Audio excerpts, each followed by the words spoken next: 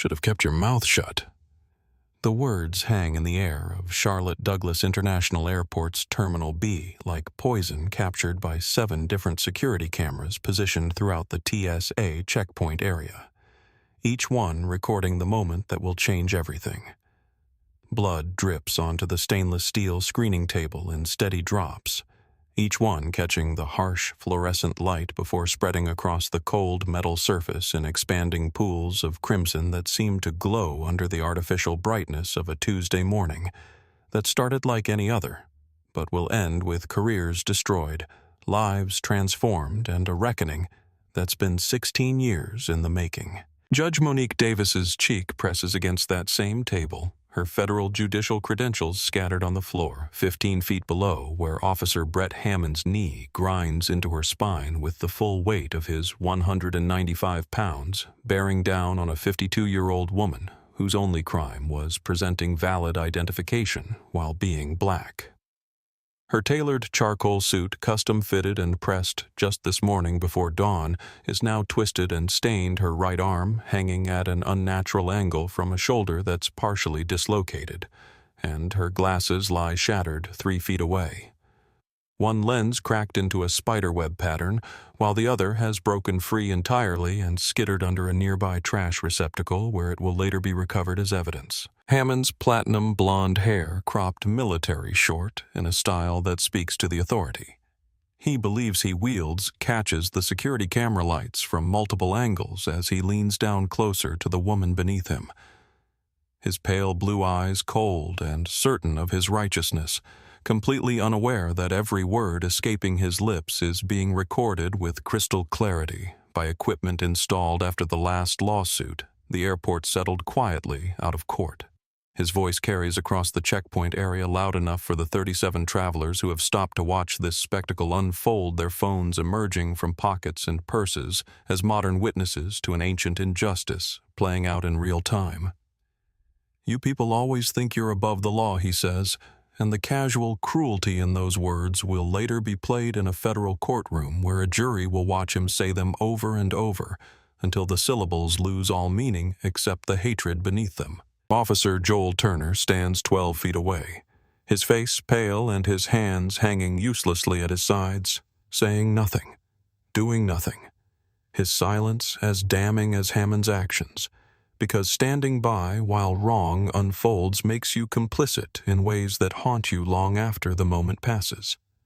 He will later testify that he wanted to intervene, wanted to tell Hammond to stop, wanted to do something other than freeze like a deer in headlights. But in this moment, he is simply one more officer who looks the other way, because that's what you do if you want to keep your job, keep your pension, keep your place in the brotherhood that values loyalty above justice. Near the entrance to the checkpoint, standing beside her mother, Keisha Wright, who is trying desperately to pull her away from the scene unfolding before them. 9-year-old Aaliyah Wright watches with tears streaming down her face, unable to look away from the blood spreading across stainless steel from the woman who isn't fighting back, being hurt anyway from the wrongness of it all that even a child can recognize with a clarity that adults have learned to rationalize away. Her small hand grips her mother's tighter as she whispers a question that will echo through courtrooms and prison cells and quiet moments of reckoning for years to come. "Mommy, why is he hurting her? She didn't do anything bad." The cameras record everything, the blood, the tears, the silence of witnesses who will later claim they didn't see clearly enough to be sure what happened, the businessman in the rumpled suit who passes through the pre-check lane without a glance from any officer while a federal judge bleeds 6 feet away. They record TSA Supervisor Denise Carrington running toward the scene, her radio already in her hand, her face showing the horrified recognition of someone who knows they're watching a catastrophe unfold in slow motion. They record the moment Chief Raymond Burke receives the call 3 terminals away, the way his face changes from annoyed to alarmed as someone whispers a name in his ear, the way he starts running before he's even ended the conversation. But most importantly, the cameras record the exact moment when Judge Monique Davis, her face pressed against cold steel, and her blood flowing freely from the gash beneath her left eye where broken glass has sliced through skin, turns her head just enough to look directly into one of those cameras and says in a voice steady, despite the pain radiating through her shoulder and down her arm in waves that make her vision blur. "Officer, I am the law. I'm a federal appellate judge on the Fourth Circuit Court of Appeals, and you're committing assault under color of law on camera." Hammond's laugh in response is cruel and sharp, and so certain of his own immunity that it will haunt him in the years to come when he lies awake in a prison cell remembering this moment and wishing he could reach back through time and make a different choice. "Sure you are," he says, pulling handcuffs from his belt with movements practiced from 14 years of stops just like this one, 14 years of passengers who looked like Judge Davis being pulled aside and searched and questioned and made to prove they belonged in spaces Hammond believed they had no right to occupy. "And I'm the President of the United States. This is how it begins, with blood on stainless steel, with a child's tears, with cameras recording truth that cannot be denied or dismissed or buried in the archives of complaints that go nowhere, because the people filing them lack the power to make anyone listen. This is how it begins. But to understand how we arrived at this moment, how a decorated federal judge who has spent 23 years prosecuting criminals and upholding the Constitution came to be face down on an airport security table, with her blood pooling beneath her cheek. We need to go back 6 hours to a quiet townhouse in Charlotte's Myers Park neighborhood where the morning started with coffee and conversation, and the kind of ordinary tenderness between a mother and daughter that makes what comes after all the more unbearable. The alarm doesn't wake Judge Monique Davis because she's already awake, has been awake since 3:47 in the morning when her mind started running through the arguments she'll need to make before the Supreme Court in just a few hours. The emergency hearing on voting rights that required her presence in Washington and prompted this early morning flight that will change the trajectory of her life in ways she cannot possibly imagine as she lies in the pre-dawn darkness of her bedroom, listening to the quiet sounds of her house settling around her. At 4:15, she gives up on sleep entirely and pads downstairs to her kitchen where the coffee maker has already begun its automatic brewing cycle, filling the space with the rich aroma of dark roast that she's relied on to fuel her through countless early mornings of case preparation and legal research and the endless work of trying to bend the arc of justice toward something resembling fairness. The kitchen is exactly as she left it last night after she finished reviewing her notes. For the third time, the marble countertops clear, except for her briefcase sitting ready by the door, her travel documents arranged in the precise order she'll need them, her credentials checked and double-checked because she learned long ago that being prepared isn't optional when you're a black woman in spaces where people assume you don't belong. She's pouring her second cup of coffee when she hears the soft pad of small feet on the stairs, and moments later her daughter Zara appears in the doorway wearing NASA pajamas, decorated with planets and stars and the dreams of a 10-year-old girl who wants to study astrophysics when she grows up, who asks questions about black holes and gravitational waves with the same intensity her mother once brought to questions about constitutional law and equal protection. Zara's hair is pulled back in the braids Monique spent an hour perfecting last night while they watched a documentary about the Mars rover, and her eyes are bright with the kind of alertness that suggests she's been awake as long as her mother has been. "Couldn't sleep either?" Monique asks, and Zara shakes her head as she climbs onto one of the kitchen stools, her feet dangling well above the floor, even though she insists she's grown 2 inches since her last doctor's appointment and will absolutely be tall enough to ride the biggest roller coaster at Carowinds this summer. "I kept thinking about your case," Zara says, accepting the hot chocolate her mother makes without asking the same way Monique's own mother used to make it for her on mornings when the weight of the world felt particularly heavy. "The one about voting rights. You said it's important because it affects who gets to have a voice." Monique settles onto the stool beside her daughter, their morning routine as comfortable as the worn slippers on her feet, and explains again the complexities of the case. She'll be arguing in a few hours how certain states have been making it harder for people to vote, how those barriers disproportionately affect communities of color and low-income voters, how the fundamental right to participate in democracy is being eroded by policies designed to look neutral on paper but discriminatory in practice. Zara listens with the intense focus she brings to everything that interests her, occasionally asking questions that cut to the heart of the matter, with the clarity that children possess before the world teaches them to complicate simple truths. "Why do people make it harder for other people to vote?" Zara asks, and Monique pauses, because this is the question she's spent her entire career trying to answer in legal briefs and courtroom arguments, when the real answer is so much simpler and so much more painful than case law and precedent can capture. Because some people believe that power should belong to certain groups and not others, she says carefully, knowing that her daughter deserves honesty even when the truth is uncomfortable, and they use laws and policies to maintain that power in ways that look legitimate but are really just another form of discrimination. Zara considers this her hot chocolate cooling in her hands and asks the question that will echo in Monique's mind hours later when she's face down on a TSA screening table with a police officer's knee in her back. "Mom, when people do things that are wrong, even if they think they're right, can they change? Or are they just bad people forever?" It's the kind of question that philosophy professors spend entire semesters exploring, the kind of question that speaks to the fundamental human capacity for transformation and redemption and growth.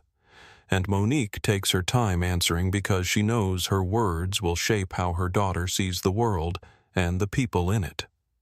"Everyone can change, baby," she says, finally reaching over to tuck a loose braid behind Zara's ear in that gesture of tenderness that mothers have been making since the beginning of time. But they have to want to change. They have to recognize that what they're doing is wrong, and they have to do the hard work of becoming better. That's the challenge. Not everyone is willing to do that work. They sit together in the quiet of early morning, mother and daughter, connected by blood and love, and the fierce bond that comes from navigating a world that doesn't always value black women the way it should. And Monique finds herself grateful for this moment of peace before the chaos of travel and legal arguments and the weight of responsibility that comes with wearing the robes of a federal judge. She helps Zara pack her backpack for the day she'll spend with her grandmother, while Monique is in Washington, checking that she has her homework and her library book and the snacks she prefers, the small acts of maternal care that ground her, even as her mind is already racing ahead to the Supreme Court and the arguments she needs to make. At 5:30, they're standing in the driveway waiting for the Uber that will take Monique to the airport, the morning air still cool and damp with dew, the sky just beginning to lighten with the first hints of dawn. Zara wraps her arms around her mother's waist in a hug that feels tighter than usual, and Monique breathes in the scent of her daughter's hair, coconut oil and childhood innocence, and feels the familiar ache of leaving, even though she knows she'll be home tomorrow evening. "Love you, Mom," Zara whispers against her mother's jacket. "Change the world today." "I'll do my best." Monique promises, not knowing that the world will indeed change today, just not in the way either of them expects, not in the gleaming halls of the Supreme Court, but in the harsh fluorescent lighting of an airport security checkpoint, where all her credentials and accomplishments and years of service will mean nothing to a man who sees only the color of her skin and decides in 3 seconds that she doesn't belong. Officer Brett Hammond wakes at 5 o'clock sharp without an alarm because his body has been conditioned by 14 years of shift work to rise before dawn, and he goes through his morning routine with the mechanical efficiency of someone who has performed the same actions so many times they no longer require conscious thought. Shower, shave, dress, in the crisp uniform he had dry cleaned just yesterday. Check that his badge is polished, and his nameplate is straight, and his service weapon is loaded with the regulation. 15 rounds that he has never fired outside of quarterly qualification drills at the range. He's 38 years old, platinum blonde hair cropped so short it's almost white under certain lights. Pale blue eyes that his ex-wife once said were cold even when he was trying to be warm, a face that settles naturally into a scowl even when he's not particularly angry about anything. He pours himself coffee, black and strong, checks his phone for the morning's text messages from the group chat with officers. Kyle Peterson, Dean Garrett, and Mark Simmons. The same messages they exchange every week. crude jokes and complaints about management and the running tally of their informal betting pool that turns racial profiling into sport. This week's standings show him down by 3 stops, which means Peterson is winning with 17 redirects of minority passengers away from pre-check lanes versus Hammond's 14, and the competitive part of his personality that drove him to be top of his academy class and earn 2 commendations for vigilant security practices before anyone questioned what exactly those practices entailed, now bristles at being in second place. He texts back a single message: "Watch me catch up today," and feels the familiar anticipation that comes before a shift at the TSA checkpoint, the sense of power and control that he's never quite found anywhere else in his life. The drive to Charlotte Douglas International Airport takes 23 minutes through early morning traffic that's just beginning to build, and Hammond uses the time to mentally prepare for the day ahead, the same way athletes visualize their performance before a game running through the tells. He's learned to watch for the behavioral patterns that he's convinced indicate someone who doesn't belong in expedited screening, even though his definition of doesn't belong has somehow always correlated almost perfectly with passengers who aren't white. He parks in the employee lot, badges through security with nods to the guards who know him by name, and arrives at the morning briefing 10 minutes early because punctuality is one of the few things his father taught him before disappearing when Hammond was 12, and leaving behind only a legacy of anger and resentment that his son has never quite learned to process in healthy ways. Lieutenant Travis Cooper runs the briefing with his usual combination of bureaucratic efficiency and willful blindness to what's actually happening under his command, assigning officers to their posts for the day, and reminding everyone about the new sensitivity training that corporate keeps mandating, and that everyone knows is just box-checking designed to protect the department from liability rather than actually change behavior. Hammond gets assigned to TSA Checkpoint 4, not the first 2 checkpoints which handle the highest volume of traffic, but the one that processes pre-check and priority boarding passengers, the assignment he always requests and usually receives, because Cooper knows Hammond keeps things orderly in ways that require no further explanation between men who understand each other perfectly. "Another day in paradise," Peterson mutters as they head toward their respective posts, and Hammond nods in agreement, feeling the familiar weight of his badge and his authority and his absolute certainty that he's one of the good guys protecting ordinary travelers from the people who don't belong, never quite examining the assumption underlying that belief or questioning why the people who don't belong in his mental framework always seem to have darker skin than his own. He's accumulated 27 formal complaints over his 14-year career, more than any other officer in the department, and exactly 0 of those complaints have resulted in sustained findings or disciplinary action, because Lieutenant Cooper dismisses them all with the same rotating list of excuses: insufficient evidence, conflicting accounts, no video available. He said, she said situations that always resolve in favor of the officer wearing the badge. Hammond has learned through repetition and reinforcement that there are no consequences for the way he treats certain passengers, that the complaints filed by a black doctor detained for 4 hours, or a Latino businessman who missed his flight, or an Asian American professor pulled aside for additional screening that involved questions about her citizenship status, despite her United States passport, are just noise that gets filtered out by a chain of command, invested in protecting its own. Each dismissed complaint has taught him that he's untouchable, that the system values his authority over the dignity of the people he's sworn to serve, that he can make judgment calls based on skin color and dress and the indefinable quality he calls attitude without ever having to answer for those choices. He positions himself at the entrance to pre-check lane 4 at precisely 6:45 15 minutes before the morning rush typically begins, and surveys his domain with the satisfaction of someone who believes he's exactly where he's supposed to be, doing exactly what he's supposed to do. White travelers in business attire pass through with barely a glance because Hammond has learned to recognize the markers of belonging. The expensive briefcases, the airline status cards, the confident demeanor of people who have never been questioned about whether they have a right to be in the spaces they occupy. But when he sees a black woman in a tailored charcoal suit approaching his checkpoint, carrying a leather briefcase and walking with the kind of assurance that suggests she's never doubted her right to expedited screening, something in him tightens and focuses, and makes a decision in approximately 3 seconds that will destroy his career, send him to federal prison, and force him to confront every assumption he's built his identity around. He doesn't recognize Judge Monique Davis because he doesn't follow appellate court appointments or read legal news or pay attention to anything beyond his immediate sphere of authority. He sees only what he's been trained by 14 years of unchallenged bias to see a black woman who thinks she belongs in first-class airport or life. And his job, as he understands it, is to remind her that she doesn't. To make her prove she has a right to be here in ways he would never demand from the white businessmen who passed through 30 seconds ago without producing anything more than a boarding pass and a tired smile. Hammond steps directly into Judge Davis's path and feels the familiar surge of power that comes from making someone stop, making someone acknowledge his authority, making someone who probably thinks they're special realize that here in his checkpoint, he's the one who decides who belongs and who doesn't.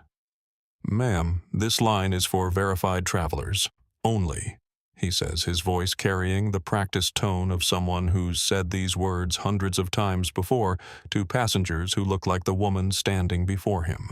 Regular screening is over there, and he points toward the standard security line that snakes back and forth through rope barriers in a 45-minute wait that will make her miss her flight if that's what it takes to teach her the lesson he's decided she needs to learn.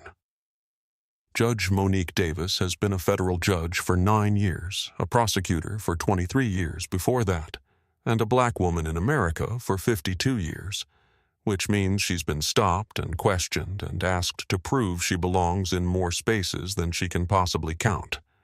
So when Officer Hammond blocks her path with his hand resting on his belt and his face already set in lines of hostile certainty, she feels the familiar combination of frustration and careful control that comes from knowing that how she responds in the next few seconds will determine whether this is merely an annoying delay or something that escalates into real danger. She reaches into her briefcase with movements that are deliberately slow and visible, aware that sudden gestures around police officers can be misinterpreted in fatal ways, and produces her credentials, her federal judicial identification with its holographic seal and photograph, that matches her face exactly. Her TSA Pre-Check approval that she's renewed just last month, her State Department travel clearance that grants her diplomatic courtesies at all United States ports of entry and access to secure facilities that most Americans don't know exist. "I'm Judge Monique Davis, 4th Circuit Court of Appeals," she says in the calm, professional tone she's honed through thousands of courtroom interactions where maintaining composure under pressure was the difference between winning and losing. "Here are my credentials." Hammond barely glances at the documents in her outstretched hand, doesn't take them to examine the seal that would reveal their authenticity, doesn't scan the barcode that would pull up her verified traveler status in the computer system designed specifically to prevent exactly this kind of delay, doesn't do anything except look at her face and then back at the credentials and shake his head with the kind of dismissiveness that suggests he's already made up his mind and no amount of evidence will change it. "These look fake," he says, and the casual certainty in his voice would be almost impressive if it weren't so devastating in its implications. "You're going to need additional screening." Behind Judge Davis, a white businessman in a rumpled suit that probably cost less than her briefcase passes through the pre-check lane without a single question, followed by an elderly white couple moving slowly with rolling luggage, followed by a young white mother with a toddler balanced on her hip. And none of them are stopped. None of them are questioned. None of them are asked to prove anything beyond the boarding pass they're already holding. Judge Davis notes this because her entire career has been built on recognizing patterns and documenting evidence and understanding that individual incidents are rarely isolated when they fit into larger frameworks of discrimination, and she keeps her voice level even as anger begins to simmer beneath her carefully maintained composure. "Sir, those passengers weren't screened," she says, gesturing toward the people who have just walked past unchallenged. Why am I being singled out? Hammond's face hardens in that particular way that white men's faces harden when their authority is questioned by black women who refuse to simply comply and disappear and make themselves smaller, and he reaches for his radio with movements that carry a threat even before words are spoken. "Are you refusing a lawful order?" he asks, and the question is designed to trap her in a no-win situation where any attempt to assert her rights can be reframed as non-compliance and used to justify whatever comes next. Judge Davis has prosecuted enough civil rights cases to know exactly what's happening here, has sent enough corrupt officers to prison to recognize the script they follow when they decide to abuse their power, and she makes the calculation that she's made countless times before in her life: how to navigate an unjust situation while preserving her safety and her dignity and her ability to seek accountability after the immediate danger has passed. "I'm not refusing anything," she says clearly, knowing that security cameras are recording this interaction, even if she can't see them, knowing that her words will matter later when the official reports are written and the narratives are constructed. "I'm asking for your badge number and your supervisor's name. That's my right under department policy." The request for identification is the trigger that transforms this from a routine stop into something that will end with blood on stainless steel, because Hammond has learned through 14 years of unchallenged authority that when passengers start asking for badge numbers and supervisor names, it means they think they're important enough to file complaints that might actually matter, and his response to that perceived threat is always the same: escalate before they can establish dominance, before they can claim victim status. Make sure everyone watching understands who has power in this interaction. He reaches for his radio and speaks loud enough for nearby passengers to hear, performing his authority for an audience he's trying to recruit as witnesses to her alleged non-compliance. "I need backup at Pre-Check Lane 4, he says into the radio, his eyes never leaving Judge Davis's face. Non-compliant passenger, possibly hostile. "I'm not being non-compliant," Judge Davis says, her voice still steady despite the adrenaline beginning to flood her system in response to the very real danger she can feel building in the space between them. "I'm asking for your identification, as is my right." Hammond ignores her words entirely and steps closer, invading the personal space that most people maintain automatically in normal interactions, crowding her in a way that's designed to intimidate and unsettle and make her step back or flinch, or give him the reaction that will justify what he's already decided to do. Hands on the wall, he orders, pointing toward the metal partition beside the screening area. "You're getting a pat-down." "On what grounds?" Judge Davis asks. Because even now, even as danger crystallizes around her, she's a lawyer and a judge, and someone who believes that rules should mean something, that authority should be exercised within constitutional boundaries, that asking for justification is both a right and a responsibility in a nation supposedly governed by law, rather than the arbitrary whims of whoever holds power in any given moment. That's when Hammond grabs her. His hand clamps around her upper bicep with a force that will leave finger-shaped bruises visible for weeks. Bruises that will be photographed and measured and presented as evidence in a federal courtroom where a jury will see exactly how much force this man believed was necessary to restrain a 52-year-old woman who hasn't raised her voice or made any aggressive movement or done anything except assert her rights in the calm tone of someone who has spent her entire professional life speaking truth to power. He yanks her toward the wall with a violent motion that makes several nearby travelers gasp audibly, and her briefcase slips from her grip because both hands are now focused on maintaining balance as she's propelled forward, the expensive leather case hitting the tile floor with a crack as its brass clasps pop open and legal documents scatter across the terminal. Supreme Court briefs marked "Confidential" in red letters case files containing sensitive information that will take paralegals hours to collect, and reorganize and tucked in the side pocket the crayon drawing Zara made last week, showing the two of them holding hands under a sun that she colored bright yellow with rays extending to the edges of the page. Officer Joel Turner stands 10 feet away, watching this unfold, his younger face showing conflict and uncertainty, and the paralysis that comes from knowing something is wrong, but not knowing how to intervene without destroying your own career in a department that values loyalty above morality. He will testify later after immunity has been granted and consequences have been negotiated that he wanted to say something, wanted to stop his partner, wanted to be the kind of officer who chooses righteousness over self-preservation. But in this moment he simply stands there and watches and says nothing, while Judge Monique Davis is shoved face first toward a wall for the crime of being black, and confident in a space where a white police officer has decided she doesn't belong. Hammond pushes her forward and her shoulder impacts the wall, first absorbing force that makes her wince, and he's already reaching for his handcuffs when she turns her head slightly and speaks in a voice that's still remarkably controlled given the circumstances. "Officer, I haven't resisted. You're using excessive force. I need you to stop before you injure me." But Hammond has crossed a threshold in his mind where her words no longer register as communication from another human being, but merely as noise from someone who needs to be subdued and controlled and reminded of her place, and he grabs her right wrist with one hand, while his other hand plants between her shoulder blades to keep her pressed against the wall.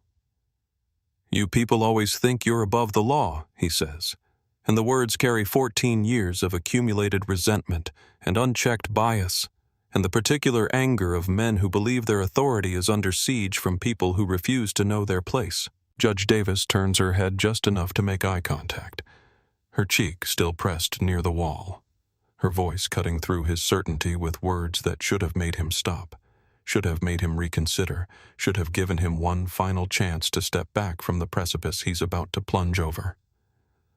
"Officer, I am the law," she says clearly. "I'm a federal judge on the Fourth Circuit Court of Appeals."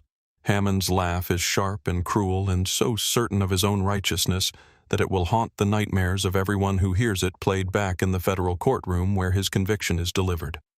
"Sure you are," he says, pulling his handcuffs from his belt with practiced efficiency. "And I'm the President of the United States. You're being detained for disorderly conduct." Judge Davis keeps her hands visible, keeps her body compliant, keeps doing everything she's supposed to do to stay safe in an encounter that has already moved beyond reason into the territory where nothing she says or does will matter because Hammond has decided how this ends. What specific conduct, she asks her legal training, asserting itself even now. "I've followed every instruction. I haven't raised my voice. I haven't resisted in any way." Hammond doesn't answer with words because he's moved past the point where he feels any need to justify his actions to this woman who still doesn't understand that her credentials mean nothing to him, that her accomplishments are irrelevant, that her attempt to assert dignity and rights is just more evidence of the uppity attitude he's here to correct. He grabs her right wrist and wrenches it behind her back with a violent twisting motion that's fast and brutal and completely unnecessary for restraining someone who isn't fighting.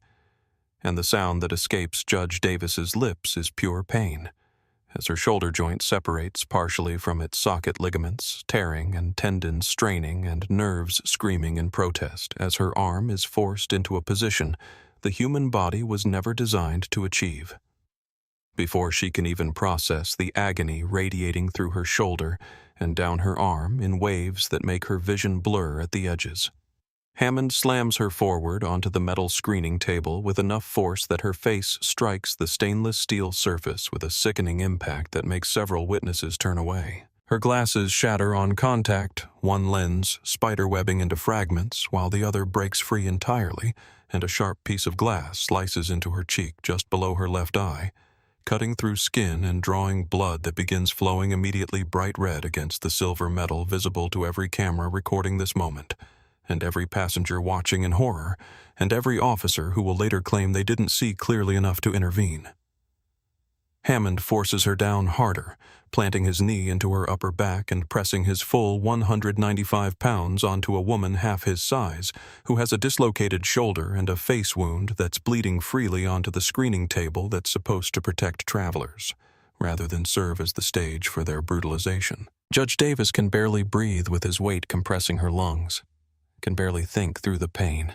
But she manages to speak through clenched teeth because even now, even in this moment, she believes that words matter and truth matters, and someone needs to create a record of what's happening. "I'm not resisting," she says each word, costing her effort. "You're injuring me. I need medical attention." Hammond leans down closer, his mouth near her ear, and speaks in a voice low enough that he probably thinks the cameras won't catch it, not realizing that the 7 security cameras positioned throughout this checkpoint area are equipped with directional microphones specifically designed to capture audio, even in the chaos of a busy terminal, that every syllable he's uttering is being recorded with perfect clarity and will be played back in a courtroom where the jury will watch his cruelty in high definition. "Should have thought about that before you got uppity with me," he says. And that single word, uppity, carries the weight of centuries of white authority attempting to put black people back in their place when they dare to assert their humanity. Officer Turner finally takes a step forward, his voice uncertain and his face pale, making one weak attempt at intervention that will save him from federal charges, but won't save him from being fired or from lying awake at night replaying this moment and wishing he'd been braver.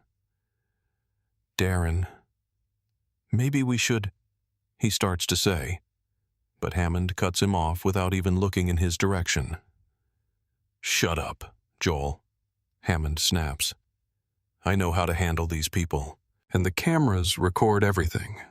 The blood pooling on the table and running in thin streams toward the edges where it drips onto the floor, in spots that crime scene technicians will later measure and photograph, the way Judge Davis's arm hangs at an unnatural angle from a shoulder that will require weeks of physical therapy to heal the tears on the faces of travelers who are watching this violence unfold and feeling helpless to stop it, the way Hammond's knee digs deeper into her back, even though she's not moving the casual brutality of a man who has been taught by every complaint that was dismissed and every supervisor who looked away and every system that protected him that he can do this without consequence. 37 passengers have stopped to watch, now their morning routine disrupted by this spectacle of state-sanctioned violence, and phones are emerging from pockets and purses, screens glowing as recordings begin creating a digital archive of witness testimony that will be uploaded to social media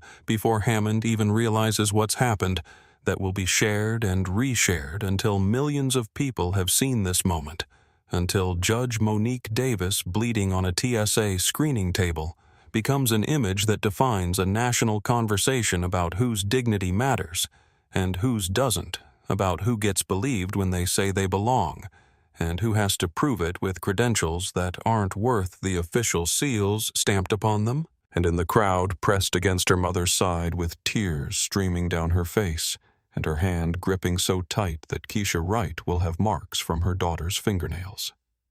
9-year-old Aaliyah Wright watches with the kind of attention that children bring to moments they don't fully understand, but recognize as significant, memorizing every detail because her teacher told her that witnessing is important, and remembering is a responsibility, and truth matters even when the adults around you seem to have forgotten it.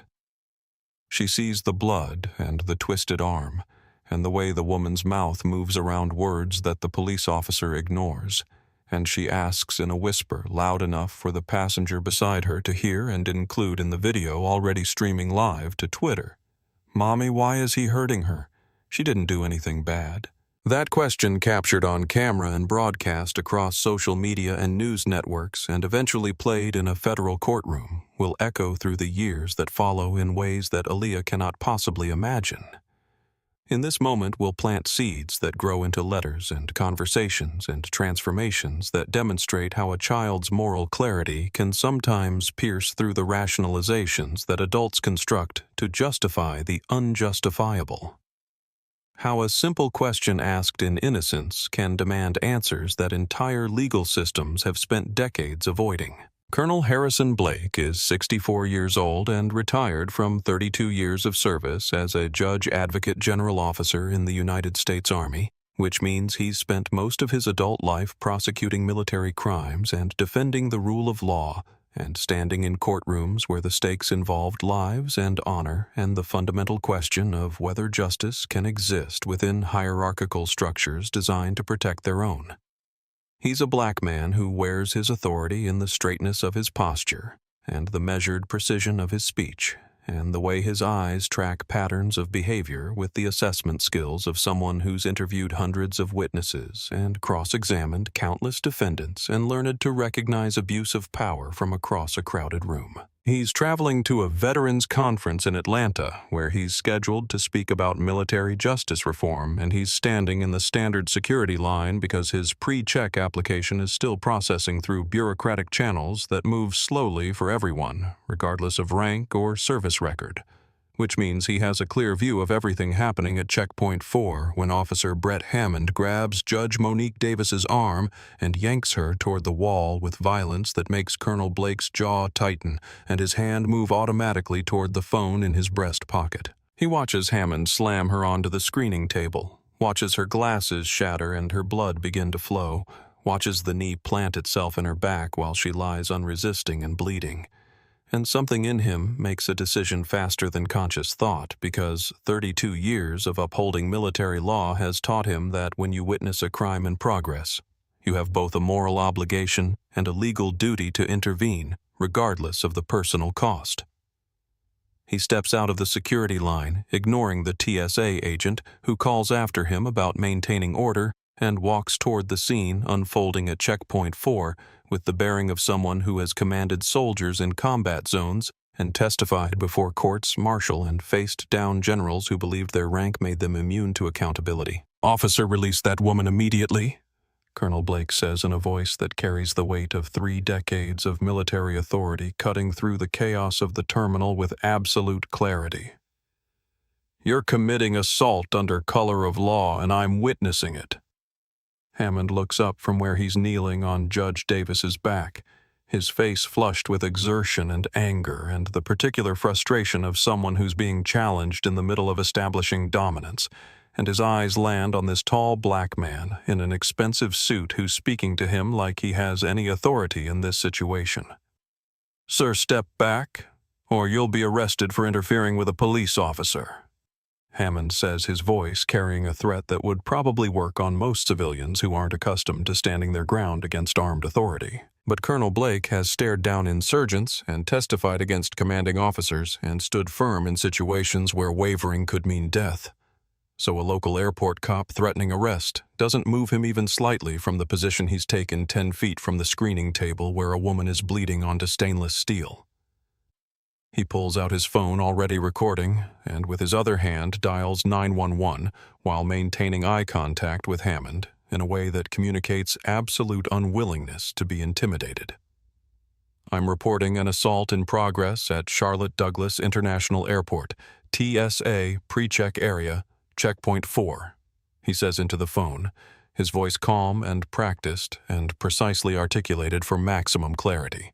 The assault is being committed by airport police officer badge number 347 against a restrained civilian who is bleeding and has requested medical attention.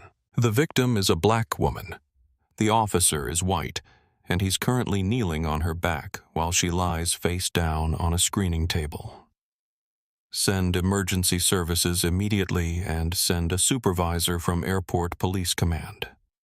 He reads Hammond's badge number aloud specifically, so it's captured on his recording and on the 911 call, creating multiple copies of evidence that can't all be disappeared or dismissed, and he notes the exact time on his watch and the position of security cameras and the faces of witnesses nearby, because documentation is how you build cases that survive attempts at cover-up.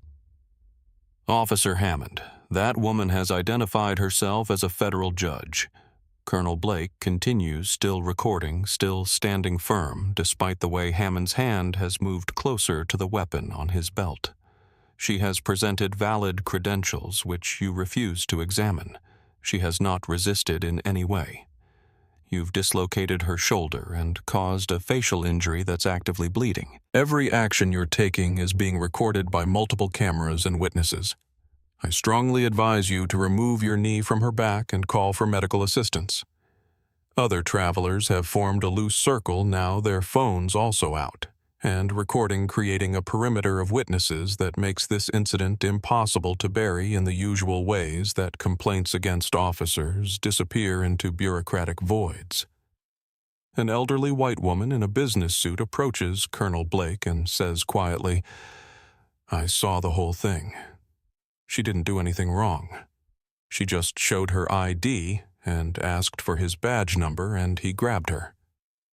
A younger man in jeans and a university sweatshirt adds, "I got video from the beginning.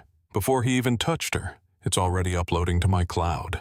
Hammond's face has gone from flushed to pale as he begins to realize that this isn't unfolding according to the script he's used successfully dozens of times before. That the usual pattern of isolated passenger versus uniformed authority has been disrupted by witnesses who are documenting everything and refusing to move along when ordered, and creating a record that can't be erased by dismissive supervisors who prefer problems to disappear quietly.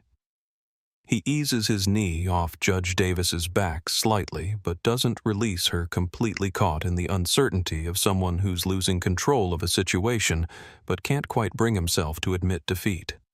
That's when TSA Supervisor Denise Carrington arrives, pushing through the crowd with her radio in one hand and her face showing the horror of someone who's realizing that her workplace has become the scene of something terrible that she's going to have to answer for, even though she wasn't directly responsible. She takes in the scene with one sweeping glance: the blood on the table, the scattered documents on the floor, the federal judicial ID lying open near Hammond's boot with its holographic seal, catching the light, the woman's arm hanging at that wrong angle that suggests serious injury, the circle of witnesses recording everything on their phones. She reaches for her radio with a hand that's visibly trembling and speaks in a voice that barely maintains its professional composure. "Code 1033, officer. Need supervisor at checkpoint 4. Immediately, she says, using the code for emergency supervisor response. Then she turns to Hammond and asks in a voice that's quieter, but carries to every camera, recording this moment, "Officer, do you know who this woman is?" Hammond, still kneeling beside Judge Davis with his handcuffs out and his authority crumbling around him, responds with the same defensive certainty he's used to justify every questionable stop and every dismissed complaint throughout his career. "I don't care if she's the Queen of England," he says. "She was non-compliant and needed to be restrained." Denise Carrington's face goes even paler as she looks down at the federal ID on the floor and back up at the woman bleeding on her screening table, and she makes a choice in that moment to create a record that might protect her from the catastrophe that's coming. For the record, Officer Hammond. That woman is Judge Monique Davis, 4th Circuit Court of Appeals, confirmed by the United States Senate. She says clearly enough for the cameras to capture every word. She presented valid federal credentials and TSA Pre-Check authorization. She's entitled to expedited screening. Why did you stop her? Hammond has no answer that won't incriminate him further. So he says nothing, while the crowd of witnesses grows larger, and the recordings continue. And somewhere in the airport, 3 terminals away, Police Chief Raymond Burke is running toward Checkpoint 4 after receiving 3 simultaneous phone calls that all say the same thing in slightly different words. One of your officers has assaulted a federal judge on camera, and everything is about to come crashing down. Chief Raymond Burke arrives 4 minutes after Denise Carrington's radio call, slightly out of breath from running through terminals designed for walking travelers rather than sprinting police chiefs, his uniform still crisp, but his face already showing the strain of someone who knows he's about to have the worst day of his professional career. He's 61 years old, 3 years from retirement with a full pension, and in the time it takes him to cover the distance from Terminal C to Checkpoint 4 in Terminal B, he's received phone calls from the TSA terminal manager, the airport authority director, and a city councilman who somehow already has video of the incident that's apparently spreading across social media faster than Burke can run.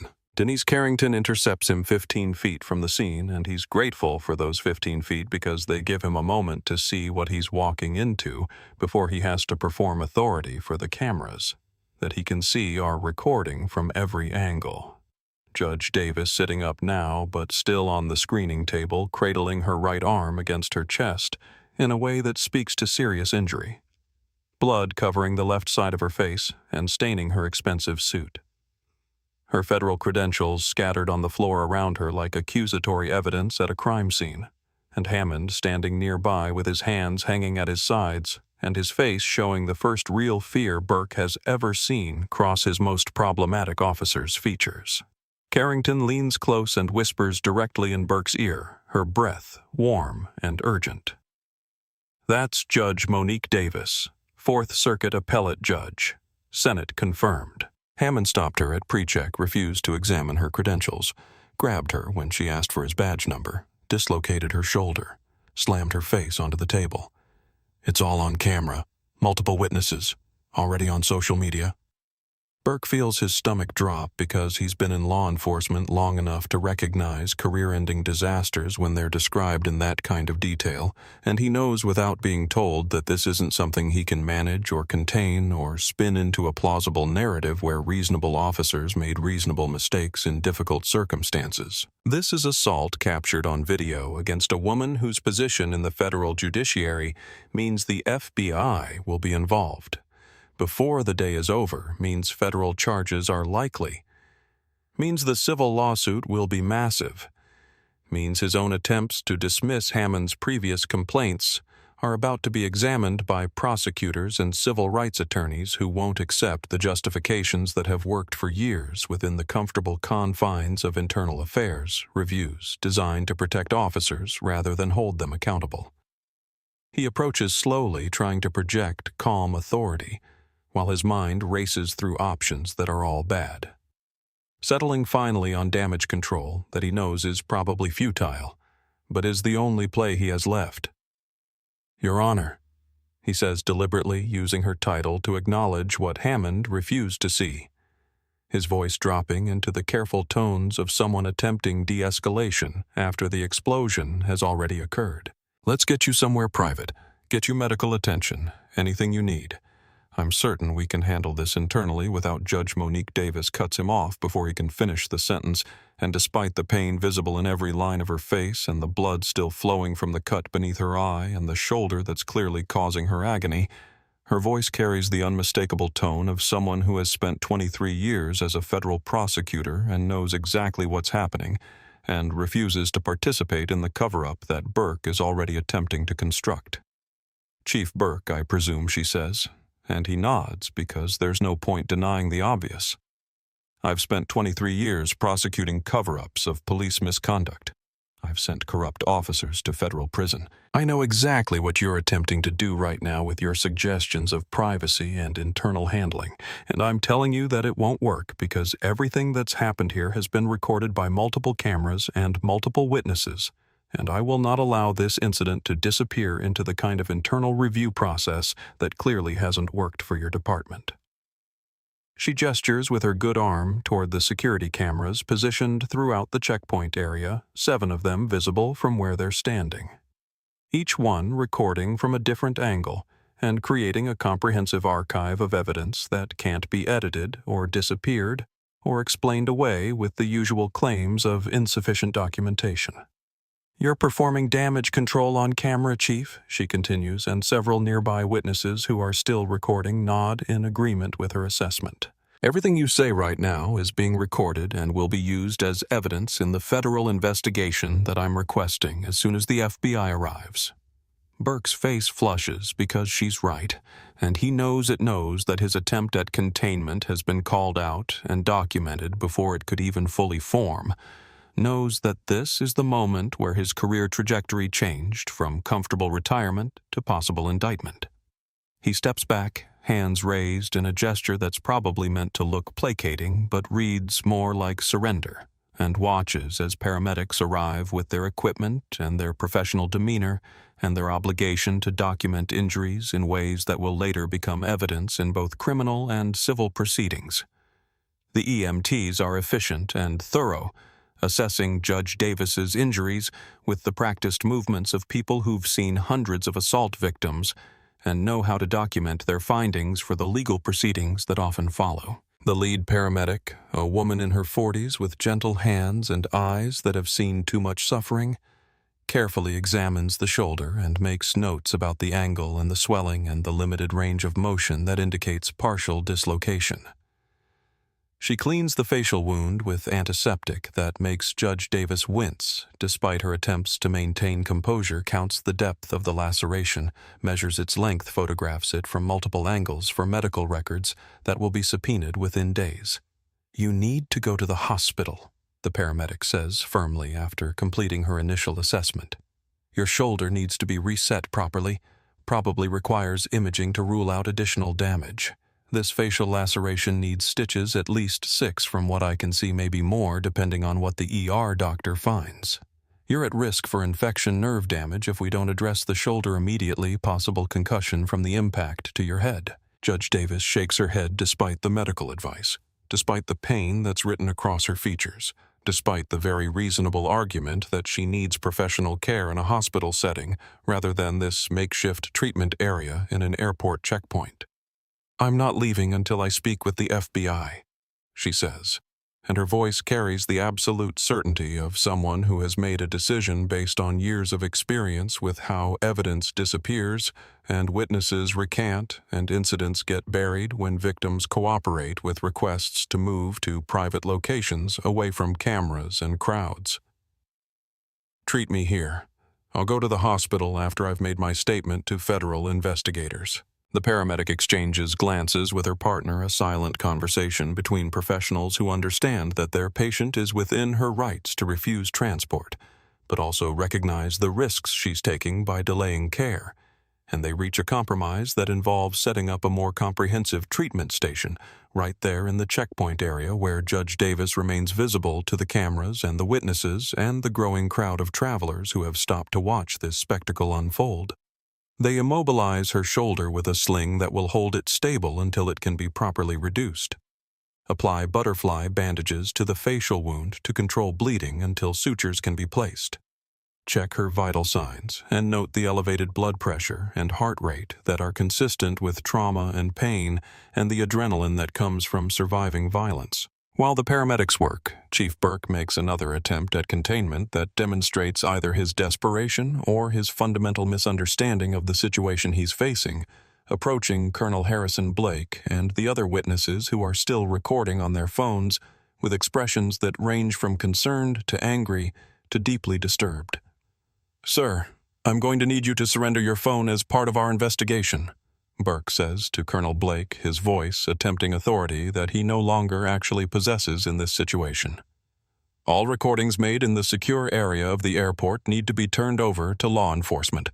Colonel Blake doesn't even blink, doesn't move his phone from the position where it's still recording everything, doesn't show any sign of being intimidated by a local police chief whose authority is built on cooperation rather than actual legal power. Chief Burke confiscating witness recordings without a warrant constitutes evidence tampering under Title 18 United States Code Section 1519, he says, with the precision of someone who has memorized federal statutes and isn't afraid to cite them when necessary. Additionally, attempting to seize evidence from witnesses could be construed as obstruction of justice, which is also a federal crime. I'd strongly advise you to step back and wait for the FBI to arrive, because anything you do right now to interfere with this investigation will be added to the charges that are likely already being drafted. Other witnesses tighten their grips on their phones, several backing away from Burke like he's attempting robbery rather than evidence collection, And one woman in her 30s with her phone held high calls out loud enough for everyone to hear mine's already uploaded to cloud storage. You can't delete what's already on servers in 3 different states. Another passenger adds, "I sent mine to my lawyer before your officer even took his knee off her back." Burke realizes in that moment that containment is impossible, that the old playbook of controlling the narrative through controlling the evidence doesn't work in an era where everyone carries a camera and uploads to the cloud and creates redundant copies faster than any police department can suppress them.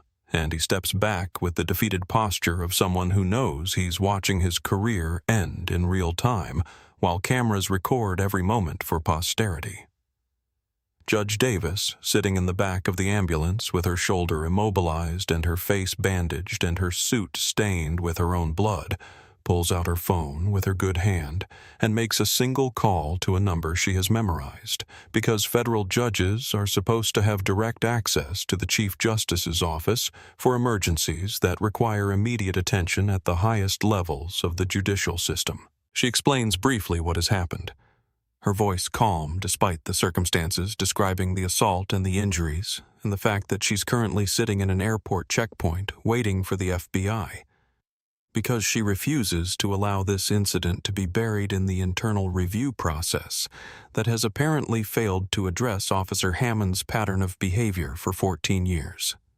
The Chief Justice's aide on the other end of the call is appropriately horrified and immediately understanding of why Judge Davis needs to delay her appearance at the emergency Supreme Court hearing, and assures her that the court will reschedule and that she should focus on her safety and her health and the federal investigation that clearly needs to happen. By 8:45 in the morning, news alerts are appearing on phones across the country. Federal judge assaulted at airport. Appellate court. Judge bloodied by police video shows. Airport officer. Attacking black. Judge. And the story is already spreading faster than any official response can contain.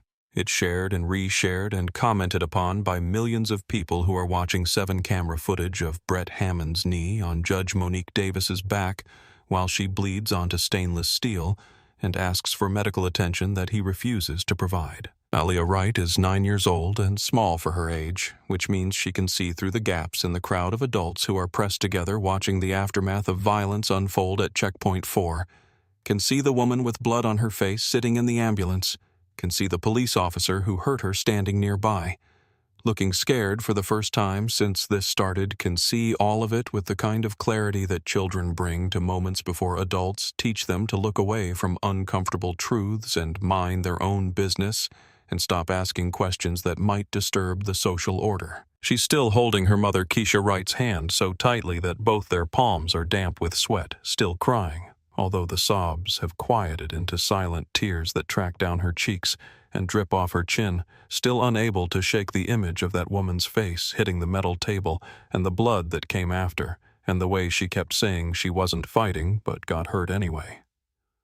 Keisha is trying to pull her daughter away, trying to shield her from seeing more, trying to get them back to their own flight that they're now in danger of missing because Aaliyah has refused to move from this spot since the assault began, but the girl's feet are planted as firmly as any adult making a moral stand. "Baby, we need to go," Keisha says softly, kneeling beside her daughter and cupping her face in both hands to break her line of sight to the checkpoint area. "This isn't something you need to keep watching. Let's go catch our flight." But Aaliyah shakes her head with a certainty that surprises her mother, pulling out the small notebook and purple pen she always carries because her teacher, Mrs. Patterson, told the class that scientists and writers and people who want to change the world need to document what they observe, need to write things down before memory fades and details blur, and truth gets softened by time. "I can't go yet," Aaliyah says, opening her notebook to a fresh page and beginning to write in the careful printing of a 4th grader who takes penmanship seriously. "I need to write down everything I saw so I don't forget. Mrs. Patterson says when you see something wrong, you write it down so you can tell the truth later." Keisha watches her daughter write this small girl forming letters with intense concentration and feels pride and heartbreak in equal measure because 9-year-olds shouldn't have to witness police brutality and document it like tiny investigators. But also, her daughter is showing a moral courage that many adults in this terminal have failed to demonstrate, and maybe that matters, even if the cost is innocence, lost too young. She reads over Aaliyah's shoulder as the girl writes, "The police officer grabbed the lady's arm really hard. She said she wasn't fighting, but he hurt her anyway. He pushed her onto the table and I heard a crack sound. Her glasses broke. There was blood. He put his knee on her back. She asked for help, but he said a bad thing to her. She was wearing a nice suit and had papers that he didn't look at. Other white people went through the line, but he only stopped her. I think he stopped her because of how she looked. My teacher says that's called prejudice when you judge someone by how they look instead of who they are." Aaliyah pauses in her writing and looks up at her mother with eyes still wet from crying, but also fierce with a determination that Keisha recognizes because she sees it in the mirror when she's fighting for her students at the underfunded school where she teaches fighting for resources and respect, and the belief that black children deserve the same opportunities as anyone else. "Mommy, why did he hurt her?" Aaliyah asks. And it's the same question she asked before, but this time there's an expectation of a real answer rather than a comforting platitude. She was being nice. She wasn't yelling. She showed him her ID like he asked. Why did he hurt her when she didn't do anything bad? Keisha Wright is 34 years old and has been teaching elementary school for 11 years, which means she's had a lot of practice explaining difficult concepts to children in ways they can understand. But this question defeats her usual strategies, because the truth is too harsh and the lie is too comfortable, and her daughter deserves neither harshness nor comfort, but something in between that acknowledges reality while preserving hope. Sometimes people do wrong things even when they know better. She starts carefully aware that other passengers nearby are listening to this conversation and maybe learning something from how a black mother explains racism to her black daughter in an airport where that racism just played out in blood and brutality. That police officer made a decision based on what the lady looked like instead of listening to what she was saying or looking at her ID. And that's wrong. That's what we call discrimination when you treat someone badly because of their skin color. But he's a police officer. Aaliyah says, her voice rising slightly with the distress of someone whose worldview is being shaken by evidence that contradicts what she's been taught. Police are supposed to protect people. That's what Officer Martinez told us when he came to our school for Safety Day.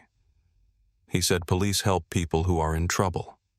That's what they're supposed to do. Keisha agrees, pulling her daughter close and feeling the small body trembling slightly against her own. But sometimes police officers forget that. Sometimes they use their power in wrong ways. That's why it's important that you wrote down what you saw, baby. Because when people in power do wrong things, we need witnesses who tell the truth about what really happened. Aaliyah looks down at her notebook at her careful documentation of the assault she witnessed and asks a question that will echo through the years to come, in letters and conversations and transformations that she can't possibly imagine in this moment. Do you think he knows he did something wrong? Or does he think he was right? Keisha considers this carefully because it's actually a profound question about moral psychology and the capacity for self-deception, and whether people who commit injustice can ever really see themselves clearly. And she gives her daughter the complicated answer that the question deserves. "I think right now he probably thinks he was doing his job," she says honestly. "But maybe if enough people tell him the truth about what he did, if he sees all these videos and hears from witnesses like you, maybe he'll start to understand that he was wrong." People can change, Aaliyah. Not everyone does change, but they can if they're willing to do the hard work of seeing themselves clearly. Colonel Harrison Blake has been listening to this conversation from a few feet away, and he approaches now with the gentle demeanor of someone who has daughters of his own, and understands the importance of honoring children's moral clarity rather than dismissing it as naivety. "Excuse me," he says to Keisha. "I couldn't help overhearing. Your daughter witnessed the entire incident from the beginning. Keisha nods, her arm still around Aaliyah's shoulders, protective instinct making her wary of strangers approaching her child, even when those strangers seem well-intentioned. She saw everything. I tried to get her to look away, but she said she needed to remember it. Colonel Blake kneels down so he's at eye level with Aaliyah, a gesture of respect that acknowledges her as a person rather than just a child, and speaks to her directly with the seriousness that her documentation deserves. Aaliyah. That's your name, right? He asks, and she nods. My name is Colonel Blake. I used to be a lawyer in the Army, and I also saw what happened to that lady. What you did by writing everything down in your notebook, that's very important. When the FBI gets here, they're going to want to talk to witnesses who saw what happened, and your notebook will help you remember all the details clearly. Would you be willing to tell them what you saw? Aaliyah looks at her mother for permission, and Keisha feels torn because she wants to protect her daughter from being further traumatized by having to recount this violence. But she also knows that Aaliyah's testimony could be crucial in ensuring that Officer Hammond faces real consequences. And she remembers all the times when black witnesses stayed silent because speaking up seemed too dangerous or too futile, and she makes a decision that she hopes is the right one. If you want to talk to them, baby, I'll be right there with you, Keisha says. It's your choice. Aaliyah looks down at her notebook one more time at the careful documentation of injustice witnessed and recorded, and nods with a seriousness that seems too old for her small face. I want to tell them, she says quietly. I don't want him to hurt anyone else the way he hurt that lady. Within 30 minutes, the FBI arrives.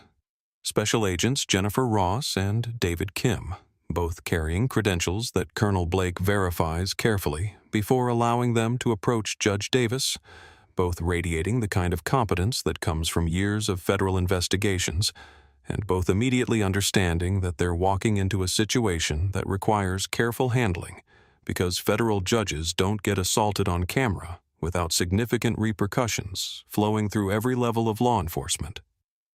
Agent Ross is 42, black female, and has spent 15 years investigating civil rights violations, which means she takes one look at Judge Davis's injuries and the security camera positions and the crowd of witnesses and knows exactly what kind of case she's building. Agent Kim is 36, Korean American, and specializes in police corruption, which means he's already mentally drafting the subpoenas they'll need for airport security footage and personnel records and communication logs that will reveal patterns of behavior stretching back years. They separate witnesses to get independent statements, standard investigative procedure to prevent contamination of testimony, and Agent Ross sits with Aaliyah and Keisha in a quiet corner of the terminal where the girl can speak without dozens of people listening. Ross has interviewed child witnesses before, knows how to ask questions that elicit information without leading or traumatizing, and she starts with the gentlest possible approach. Aaliyah. I understand you saw what happened to Judge Davis, she says, using the judge's name to make the victim real rather than abstract. Can you tell me what you remember?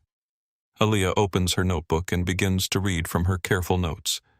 Her voice small but steady, recounting every detail from the moment Hammond first approached Judge Davis, to the blood on the table, to the words he said that made nearby passengers gasp in shock. And Agent Ross takes her own notes while occasionally asking clarifying questions that help establish timeline and sequence and the specific language that was used. When Aaliyah gets to the part where Hammond said, "You people always think you're above the law," her voice wavers slightly, but she keeps reading, keeps testifying, keeps doing the brave work of speaking truth to power, even though she's 9 years old and shouldn't have to carry this burden. Aaliyah! You're doing really well, Agent Ross says when the girl finishes reading from her notebook. I have one more question. When you watched what was happening, when you saw Officer Hammond grab Judge Davis and push her onto the table, what did you think was happening? Aaliyah considers this carefully, her face scrunched up in concentration as she tries to articulate something that she felt more than thought, something that registered in her gut before her brain could put words to it. "I thought he was being a bully," she says, finally. Like when kids at school pick on someone just because they can, because they're bigger or stronger, or the teachers aren't watching closely enough. He looked at her and decided she was someone he could hurt, and then he hurt her, even though she was following all the rules. That's what bullies do. Agent Ross writes this down word for word because it's one of the most concise descriptions of abuse of power she's ever heard, and it came from a 9-year-old girl whose moral clarity hasn't yet been clouded by the rationalizations and justifications that adults use to explain away injustice. "Thank you, Aaliyah Ross," says, closing her notebook and meeting the girl's eyes with genuine respect. "What you saw matters.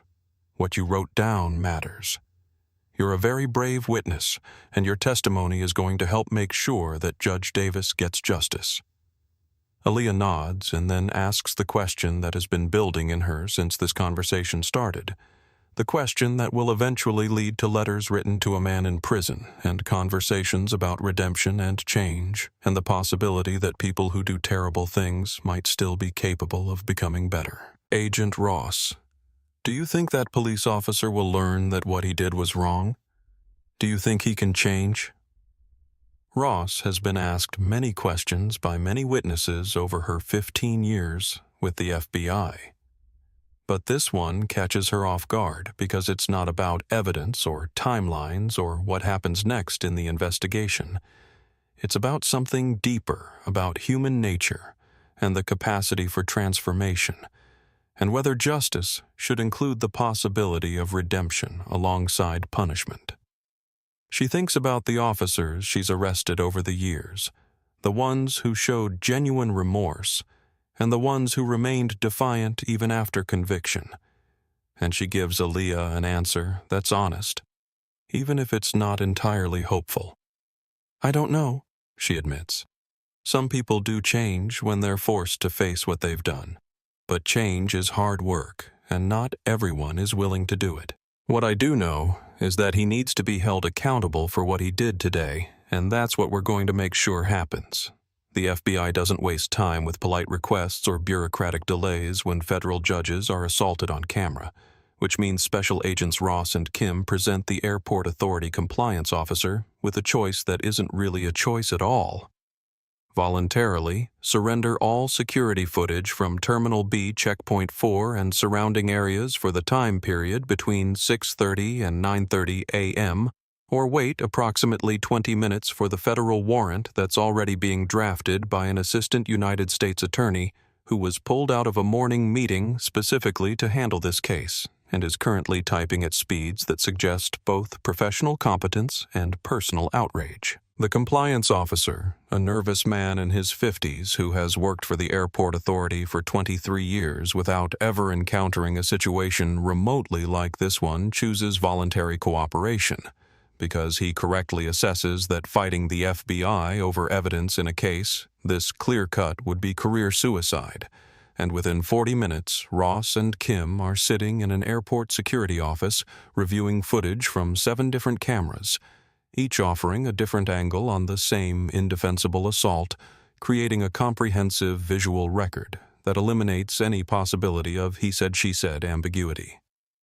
Camera 1 shows a wide shot of the checkpoint area from an elevated position that captures Hammond's approach to Judge Davis as she enters the pre-check lane, shows his body language shifting from neutral to aggressive in the span of seconds, shows him stepping directly into her path without any preceding interaction or behavior that could justify additional screening.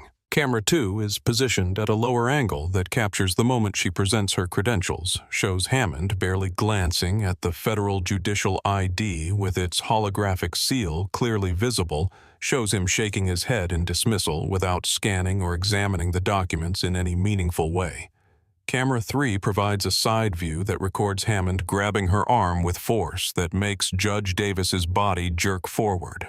Involuntarily captures the exact moment her briefcase falls from her grip and hits the floor with contents scattering, and Camera 4's overhead position shows the briefcase impact and the explosion of documents across the tile in a pattern that crime scene technicians will later photograph and measure. Camera 5, positioned frontally, provides the most devastating footage, a clear view of Judge Davis's face, striking the screening table the moment her glasses shatter the blood that begins flowing immediately from the cut beneath her eye. Her expression of pain and shock, and the terrible realization that no amount of compliance will protect her from this violence. Camera 6 behind and to the left shows Hammond's knee planting itself in her back and the full weight of his body pressing down while she lies unresisting captures the way her mouth moves around words that request medical attention.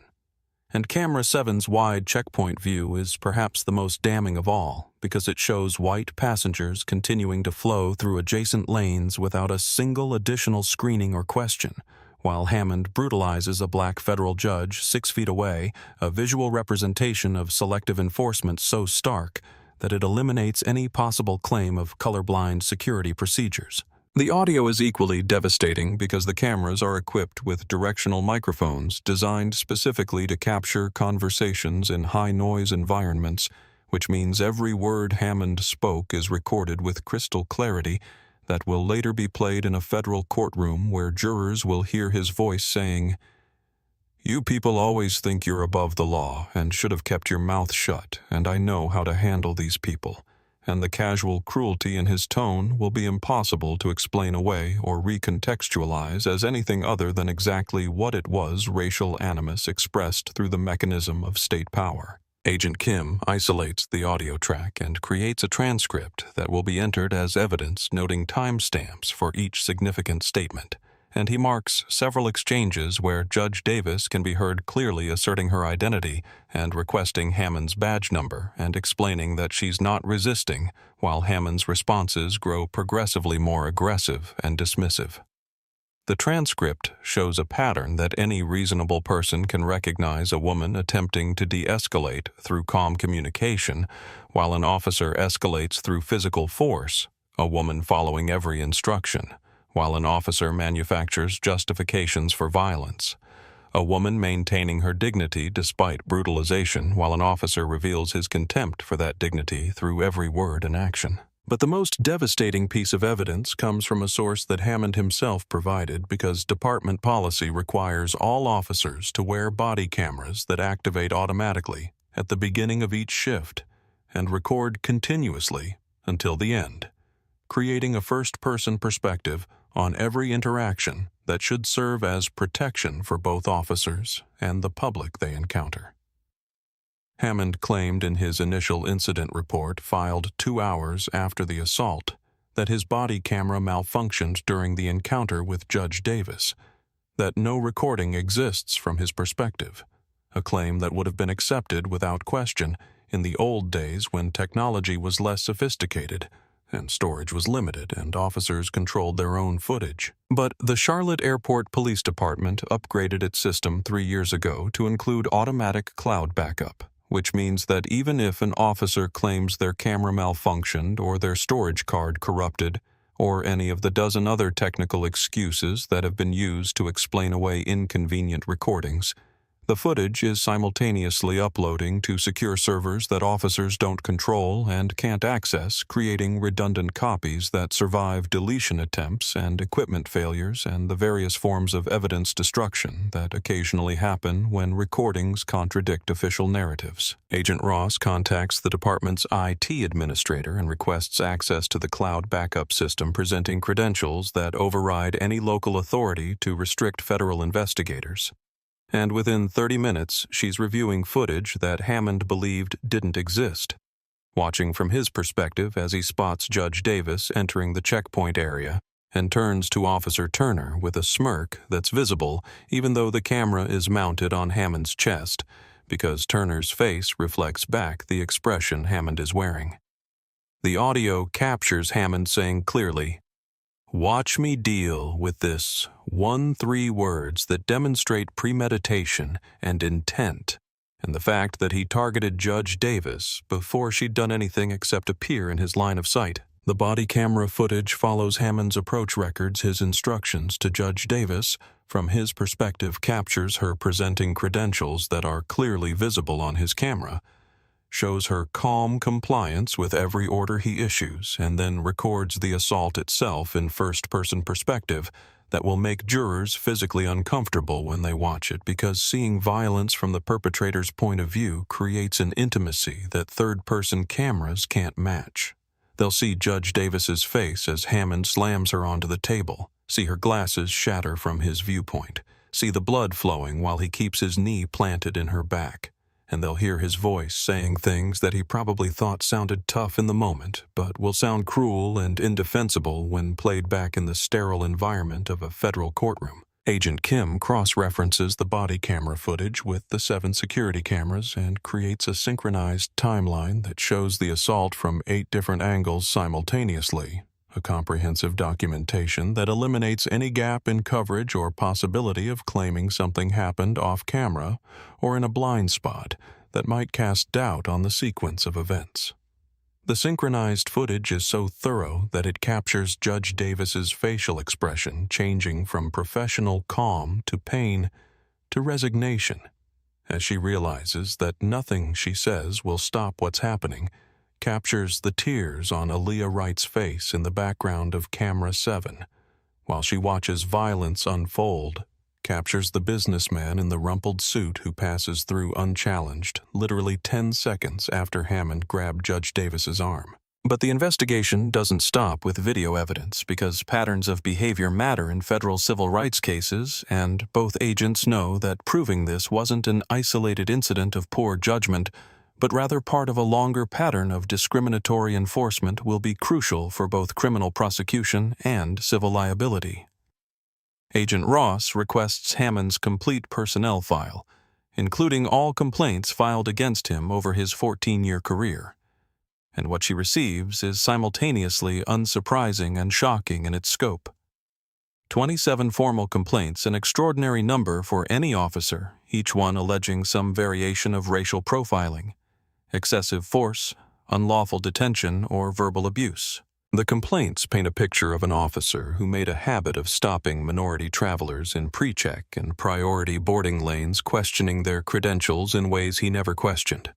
White passengers subjecting them to additional screening that delayed their flights and humiliated them in front of other travelers, and using language that clearly communicated his belief that certain people didn't belong in spaces reserved for verified travelers.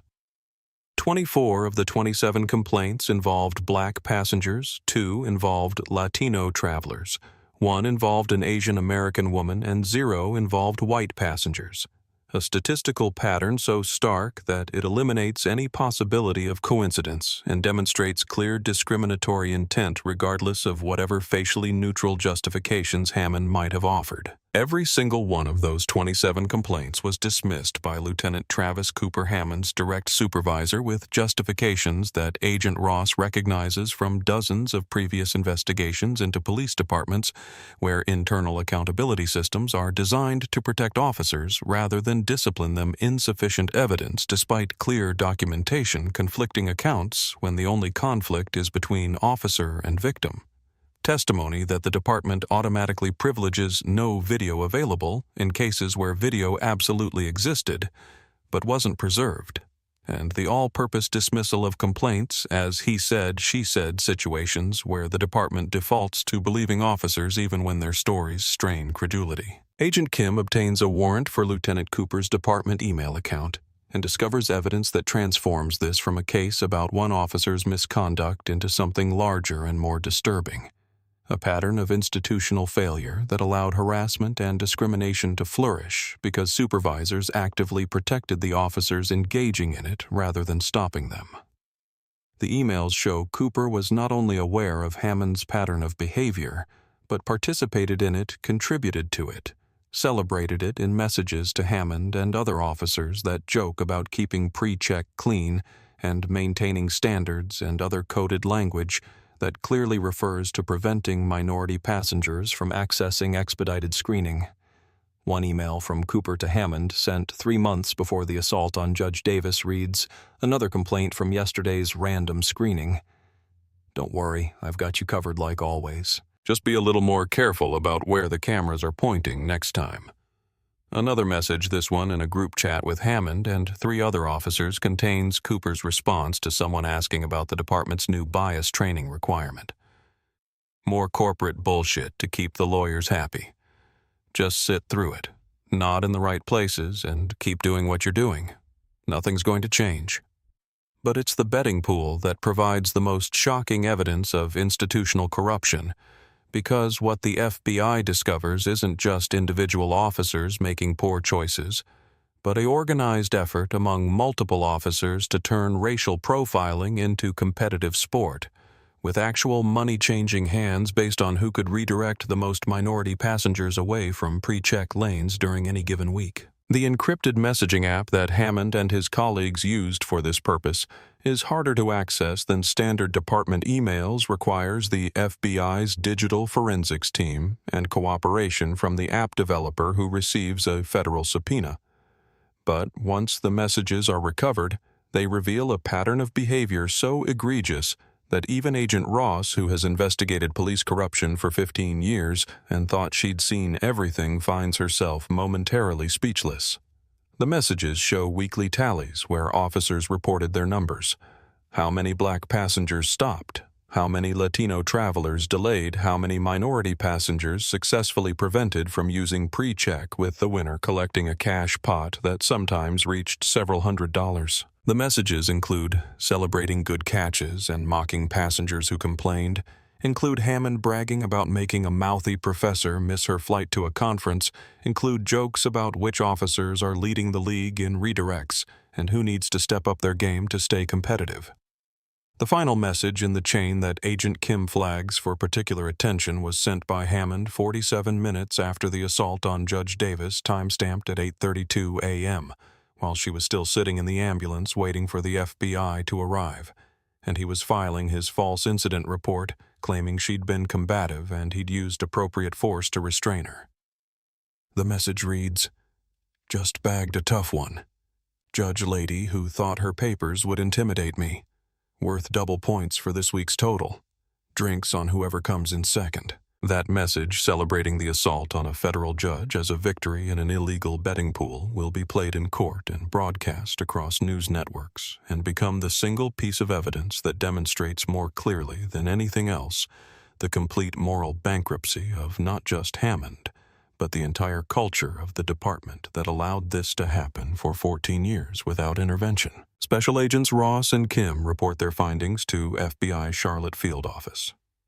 Special Agent in Charge Patricia Morrison at precisely 2:15 p.m. on the day of the assault, presenting evidence that includes synchronized camera footage from 8 different angles, a transcript of Hammond's body camera audio showing premeditation 27, dismissed complaints demonstrating a pattern of discriminatory behavior, email evidence of supervisory cover-up extending to Lieutenant Cooper, and encrypted messages revealing an organized betting pool where racial profiling was treated as competitive sport. Morrison listens to their presentation with the professional calm of someone who has spent 28 years with the Bureau investigating every form of corruption and criminal behavior that humans inflict upon each other. But when they play Hammond's message, celebrating the assault on Judge Davis as a victory, worth double points in his betting pool, something in her expression hardens into the look of someone who has just decided that this case will receive every resource the FBI can possibly deploy. She makes 3 phone calls in the next 15 minutes. One to the Assistant Director for Civil Rights Division at FBI headquarters in Washington, who needs to be briefed immediately on an assault against a federal judge. One to the United States Attorney for the Western District of North Carolina, whose office will be prosecuting the federal charges, and one to the Department of Justice Civil Rights Division in Washington, because this clearly isn't just about individual officers, but about institutional failures that require comprehensive investigation and remedial oversight. By 4:30 p.m., the case has been designated a priority investigation with authorization for unlimited resources, which means Agent Ross and Kim are joined by 4 additional agents, 2 forensic accountants to trace the betting pool money, a digital forensics specialist to recover deleted communications, and a civil rights attorney from Maine Justice, who will coordinate with the U.S. Attorney's Office on charging decisions.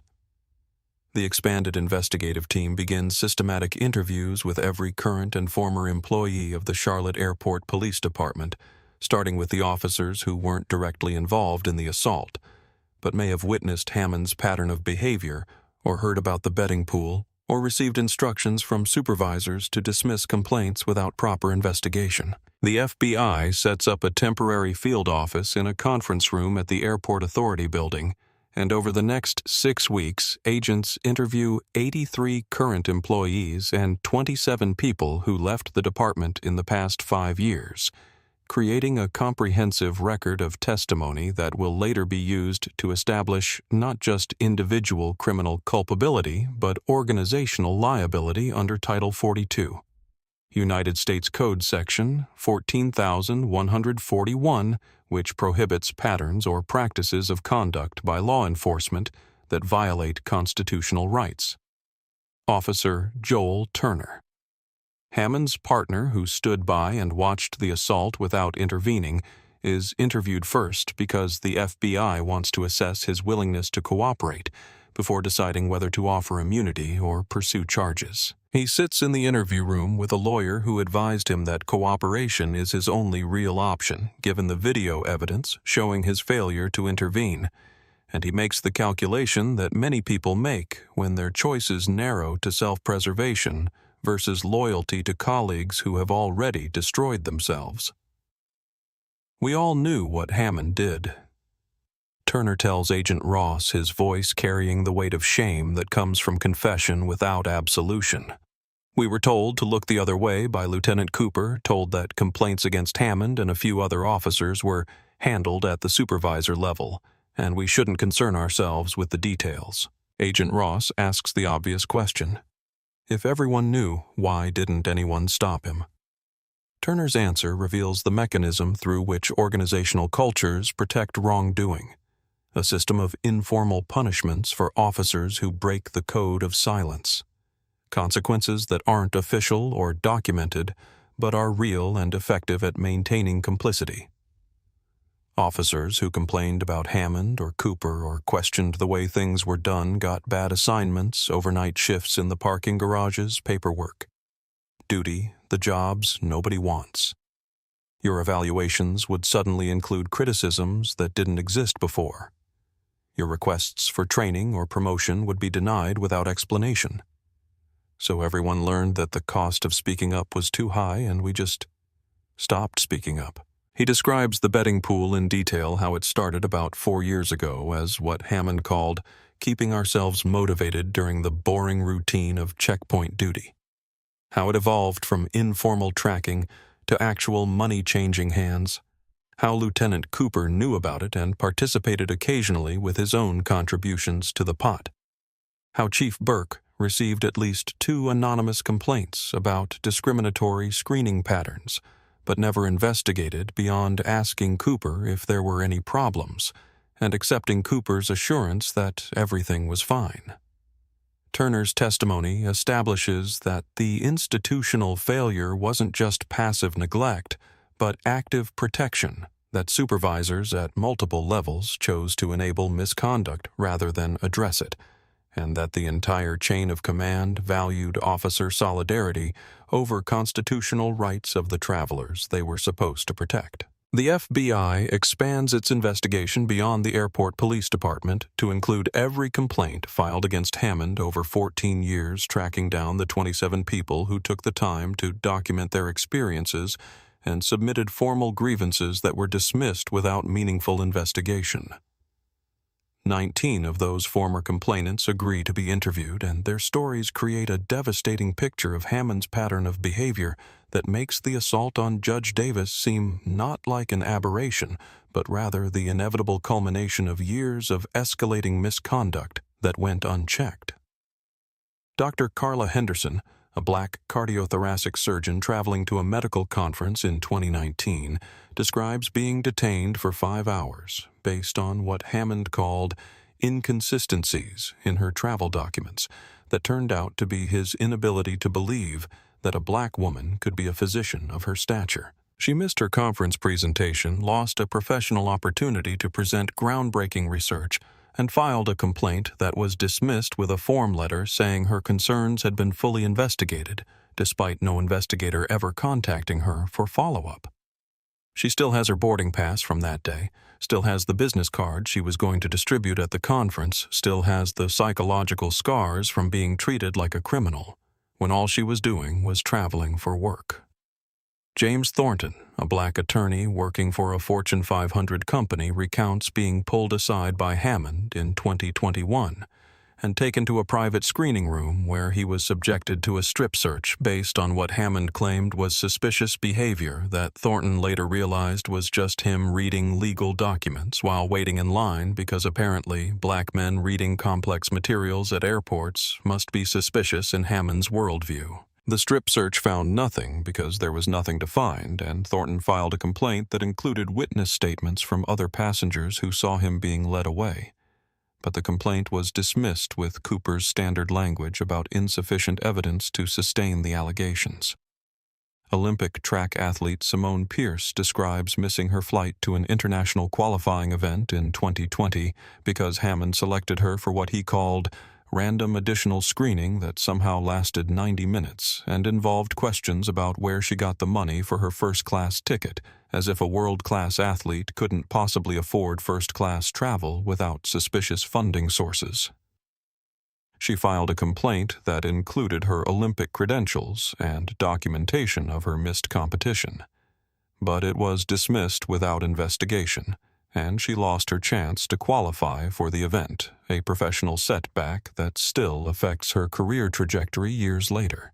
Each story follows the same pattern: a minority traveler in pre-check or priority boarding stopped for reasons that white passengers never face, subjected to additional screening or questioning that serves no security purpose, delayed or humiliated, or in some cases physically searched, and then having their complaints dismissed by a chain of command that clearly valued protecting Hammond more than protecting the civil rights of the travelers he targeted. The statistical pattern is so clear that the FBI's forensic accountants create charts showing that Hammond stopped minority passengers at a rate 17 times higher than the department average, that 91% of his random additional screenings involved passengers of color, despite those passengers representing only 38% of pre-check users at Charlotte Douglas, and that white passengers in expensive business attire passed through his checkpoint at a 99.4% approval rate, while black passengers in similar attire faced additional screening 47% of the time. The investigation uncovers email exchanges between Chief Raymond Burke and the airport authority's legal counsel that show Burke was specifically warned in 2021 about the statistical disparities in Hammond's screening patterns, warned that the department was creating civil liability exposure, warned that the pattern of dismissed complaints suggested institutional indifference to civil rights violations that could trigger federal intervention. Burke's response, preserved in an email that will be entered as evidence, reads, "Lieutenant Cooper assures me that Officer Hammond is simply more vigilant than average. I see no reason to question an experienced officer's professional judgment. Let's continue to handle complaints at the supervisor level and avoid creating documentation that could be misinterpreted." That email, with its explicit instruction to avoid creating documentation and its casual dismissal of statistical evidence showing clear discrimination, transforms Burke from a supervisor who failed to notice problems into someone who actively suppressed evidence to protect officers he knew were violating civil rights. And when the federal grand jury eventually reviews that email alongside the video of Judge Davis bleeding on a screening table, while Hammond's knee presses into her back, they will have no difficulty connecting institutional failure to individual tragedy.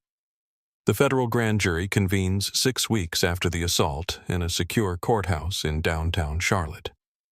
23 citizens selected to hear evidence and determine whether federal crimes have been committed by officers who swore oaths to uphold the law but used their authority to violate it instead. The grand jury process is conducted in secret to protect witnesses and preserve the integrity of the investigation. But what happens inside that room over 3 days of testimony will eventually become public record when indictments are issued and trials begin creating a permanent account of how police misconduct was enabled by institutional failure across every level of command. Judge Monique Davis testifies first, her right shoulder still in a brace, even though 6 weeks have passed, because the partial dislocation caused nerve damage that requires ongoing physical therapy and may never fully heal, leaving her with permanent limitation in her range of motion and chronic pain that flares when she's tired or stressed or tries to lift anything heavier than her briefcase. The scar beneath her left eye has faded from angry red to pale pink, but remains visible, a permanent reminder that she carries on her face every time she looks in a mirror, every time she appears on the bench, every time someone asks what happened, and she has to decide whether to explain or deflect. She testifies for 4 hours, walking the grand jury through every moment of the encounter from Hammond's initial approach to the blood on the screening table. Her voice steady and professional because she's spent her entire career testifying in courtrooms and knows how to present evidence clearly. But the grand jurors can see the cost in her face when she describes the pain of her shoulder dislocating or the fear she felt when Hammond's knee pressed into her back, and she realized that no amount of credentials or status or calm communication would protect her from this violence. She presents her federal judicial ID that Hammond refused to examine, shows the boarding pass that clearly authorized her use of Pre-Check, produces the State Department credentials that should have ended any question about her identity, and then explains that none of it mattered, because Hammond had made his decision about who she was in the 3 seconds it took him to see her face and walk toward her with hostile intent already formed. The grand jury hears Colonel Harrison Blake testify about what he witnessed, his military bearing and precise language lending credibility to testimony that doesn't need enhancement because the video evidence speaks for itself. But his account provides context that cameras can't capture, the way other passengers in line reacted with shock when Hammond grabbed Judge Davis, the conversations he overheard between travelers who were disturbed by what they were seeing but didn't know how to intervene, the moment when Chief Burke attempted to confiscate witness phones in what Colonel Blake recognized immediately as obstruction of justice. His testimony establishes that this wasn't an ambiguous situation where reasonable people might disagree about what happened, but rather a clear assault witnessed by dozens of people who understood exactly what they were seeing. And then Aaliyah Wright testifies, this small 9-year-old girl who has to sit on a cushion so she can be seen over the witness table, who brings her purple notebook with its careful documentation of everything she observed, whose voice is clear and steady despite the nervousness visible in her fidgeting hands. The prosecutors handling the grand jury presentation have prepared her carefully, explaining what questions they'll ask and why the grand jury needs to hear her account, reassuring her that she's safe and protected and doing something important by telling the truth. But nothing can completely prepare a child for the weight of testifying about violence she witnessed and can't unsee. Aaliyah, can you tell the grand jury what you saw that morning at the airport? The Assistant United States Attorney asks gently, and Aaliyah opens her notebook and begins reading from her notes, her child's handwriting projected on screens for the grand jurors to follow along as she recounts each detail. The grab, the slam, the blood, the words. Hammond spoke that made her mother try to cover her ears, but she heard anyway, because children always hear the things adults wish they wouldn't. When she gets to the part where she asked her mother, "Why is he hurting her?" She didn't do anything bad. Her voice wavers slightly, and several grand jurors visibly react. One woman dabbing at her eyes with a tissue. A man shaking his head in what might be anger or sorrow or both. The prosecutor pauses to let the moment settle, to let the grand jury sit with the image of a child traumatized by police brutality, and then asks the follow-up question that had been carefully discussed with Aaliyah beforehand. "Why do you think Officer Hammond hurt Judge Davis?" Aaliyah looks up from her notebook and speaks directly to the grand jury with the moral clarity that children possess before the world teaches them to complicate simple truths. "I think he didn't like her because of how she looked," she says. My teacher says that's called prejudice when you judge someone by their skin instead of who they are. The judge lady was being nice and following the rules, but he hurt her anyway because he thought she didn't belong there because she was black like me and my mom. The room is completely silent except for the sound of the court reporter's fingers on keys, and then one grand juror, an older white man wearing a business suit, raises his hand to ask a question that the prosecutors allow, because grand jury proceedings permit jurors to ask questions directly. Aaliyah, has what you saw changed how you feel about police officers? The girl considers this carefully, her face serious with thought, and gives an answer that demonstrates wisdom beyond her years. It made me understand that police officers are just people, and people can be good or bad or in between, she says. Officer Hammond was bad that day. But I still believe that most police want to help people. I just think we need to make sure that the ones who are bad can't keep being bad, that someone stops them before they hurt more people. When Aaliyah's testimony concludes and she leaves the grand jury room with her mother, the prosecutors play the synchronized video evidence from 8 different angles, the comprehensive documentation that eliminates any possibility of doubt about what happened or why. The grand jurors watch in silence as Hammond approaches Judge Davis unprovoked, watch her present credentials that he dismisses without examination, watch him grab and slam and kneel on her while she bleeds. And when the audio plays, his words, "You people always think you're above the law and should have kept your mouth shut." The contempt in his voice makes the discrimination unmistakable. The prosecutors present Hammond's body camera footage showing his smirk and his comment, "Watch me deal with this one," before approaching Judge Davis, proving premeditation and intent. They present the betting pool messages showing this was part of a pattern rather than an isolated incident, showing Hammond celebrated the assault as a victory worth double points. They present the 27 dismissed complaints and the statistical analysis showing discriminatory screening patterns that couldn't possibly be random chance. They present Lieutenant Cooper's emails protecting Hammond and participating in the betting pool, and instructing officers to avoid creating documentation that could be misinterpreted. They present Chief Burke's email acknowledging statistical disparities, but choosing to ignore them rather than investigate. The evidence presentation takes 2 full days because the prosecutors want the grand jury to understand not just what happened on one Tuesday morning at Checkpoint 4, but how that morning was made possible by years of institutional failure, by supervisors who protected misconduct, instead of stopping it by a culture that valued officer solidarity over passenger rights, by a system designed to avoid accountability rather than enforce it. And when all the evidence has been presented and all the witnesses have testified, and the prosecutors have explained the federal statutes that apply to this conduct, the grand jury deliberates for less than 3 hours before returning with indictments against 6 individuals. Officer Brett Hammond faces 4 federal charges: assault under color of law, pursuant to Title 18 United States Code Section 242, which makes it a federal crime for anyone acting under authority of law to willfully deprive any person of constitutional rights, and carries up to 10 years in prison when bodily injury results.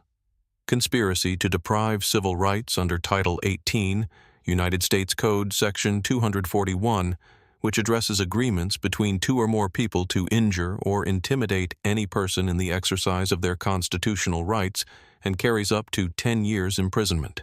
Filing false federal reports for his incident report that claimed Judge Davis was combative when video evidence proved she was compliant, carrying up to 5 years.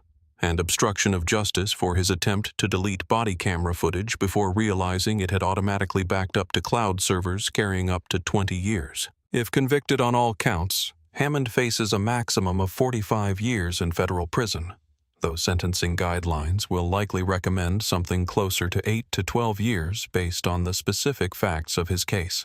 Lieutenant Travis Cooper is indicted on 3 charges: conspiracy to deprive civil rights for his role in organizing and participating in the betting pool that turned racial profiling into sport obstruction of justice, for systematically dismissing complaints without investigation in order to protect officers he knew were violating civil rights, and failure to intervene in the commission of a federal crime for watching Hammond's pattern of behavior for years without taking action to stop it.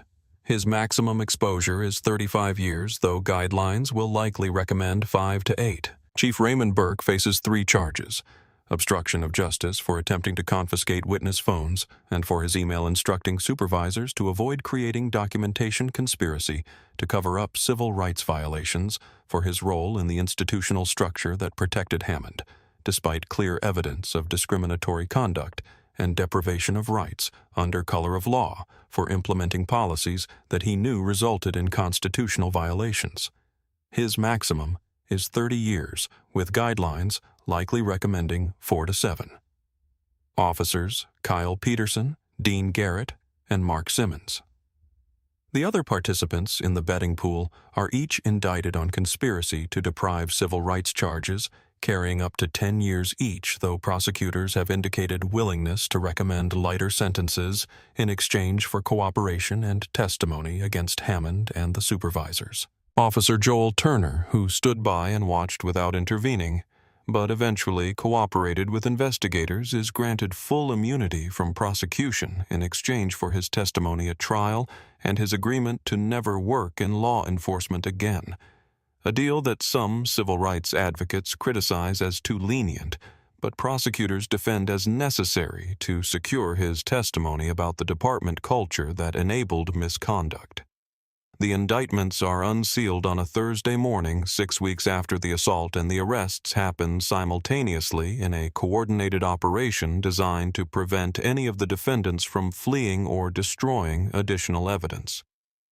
Hammond is taken into custody at his apartment at 6 a.m. by FBI agents who read him his rights while news helicopters circle overhead, broadcasting live footage of a disgraced officer being led away in handcuffs to face federal charges that will likely end with him in prison. Cooper and Burke are arrested at their homes with similar precision, and by 9 a.m., all 6 defendants are in federal custody and being processed for initial appearances before a magistrate judge who will decide whether to release them on bond or hold them pending trial. Hammond's attorney requests bond, arguing that his client has no criminal history, has deep ties to the community, and poses no flight risk. The government opposes bond, presenting evidence that Hammond has already demonstrated willingness to destroy evidence and has sent intimidating messages through intermediaries to witnesses, including Colonel Blake and 2 other passengers who recorded the assault. The magistrate judge denies bond, citing the severity of the charges, the strength of the evidence, and the fact that Hammond targeted a federal judge, which suggests he might pose a danger to other witnesses or victims if released. Hammond will remain in custody at the Mecklenburg County Jail pending trial, held in administrative segregation for his own protection because former police officers don't fare well in general population. The federal trial of Brett Hammond begins 4 months after his arrest in a Charlotte courthouse that has been transformed into something resembling a fortress with additional security measures implemented because federal judges take threats against their colleagues seriously, and because the case has attracted national media attention and protesters on both sides of the police accountability debate.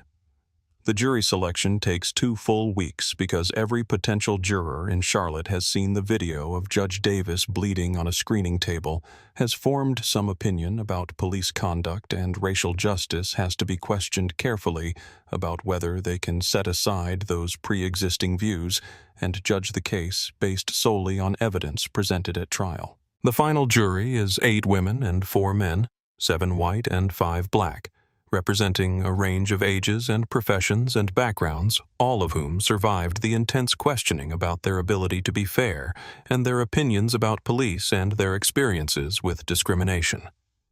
The prosecutors are satisfied with the composition because they believe the evidence is strong enough to convince anyone who approaches it with an open mind, and Hammond's defense attorney is as satisfied as any defense attorney can be when their client is on video committing the crimes he's charged with. And the question isn't really whether he did it, but whether the jury will believe his justifications for why. The prosecution's opening statement is delivered by Assistant United States Attorney Michael Chen, a prosecutor with 15 years of experience handling civil rights cases, who has developed a reputation for methodical presentation of evidence and emotional appeals that connect legal principles to human suffering. He stands before the jury and begins not with law or procedure, but with the simple question that Aaliyah Wright asked her mother. Why did he hurt her when she didn't do anything bad? That question asked by a 9-year-old child who witnessed the assault. You'll see on video cuts to the heart of this case. Chen tells the jury, his voice carrying throughout the silent courtroom. Judge Monique Davis didn't do anything bad. She presented valid credentials. She asked for Officer Hammond's badge number, which is her right. She complied with every instruction. She never raised her voice, never made a threatening gesture, never gave Officer Hammond any legitimate reason to grab her to slam her onto a screening table to drive his knee into her back while she bled. So why did he hurt her? The evidence will show you exactly why. Because he saw a black woman in a space where he believed black women didn't belong, and he decided in 3 seconds to put her back in what he considered her place.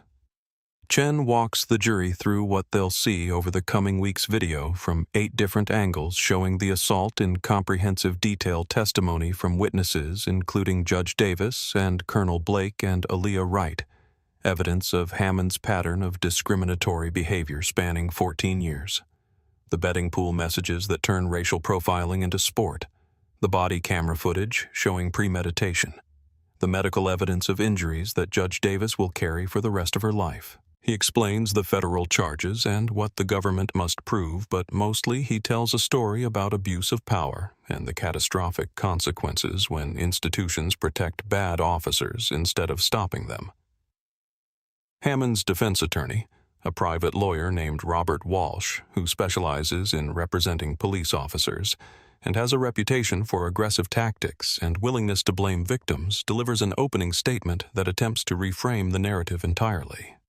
This case isn't about racism, Walsh tells the jury with the confidence of someone who has successfully defended many police officers by convincing juries that split-second decisions in tense situations deserve deference, even when they result in injury.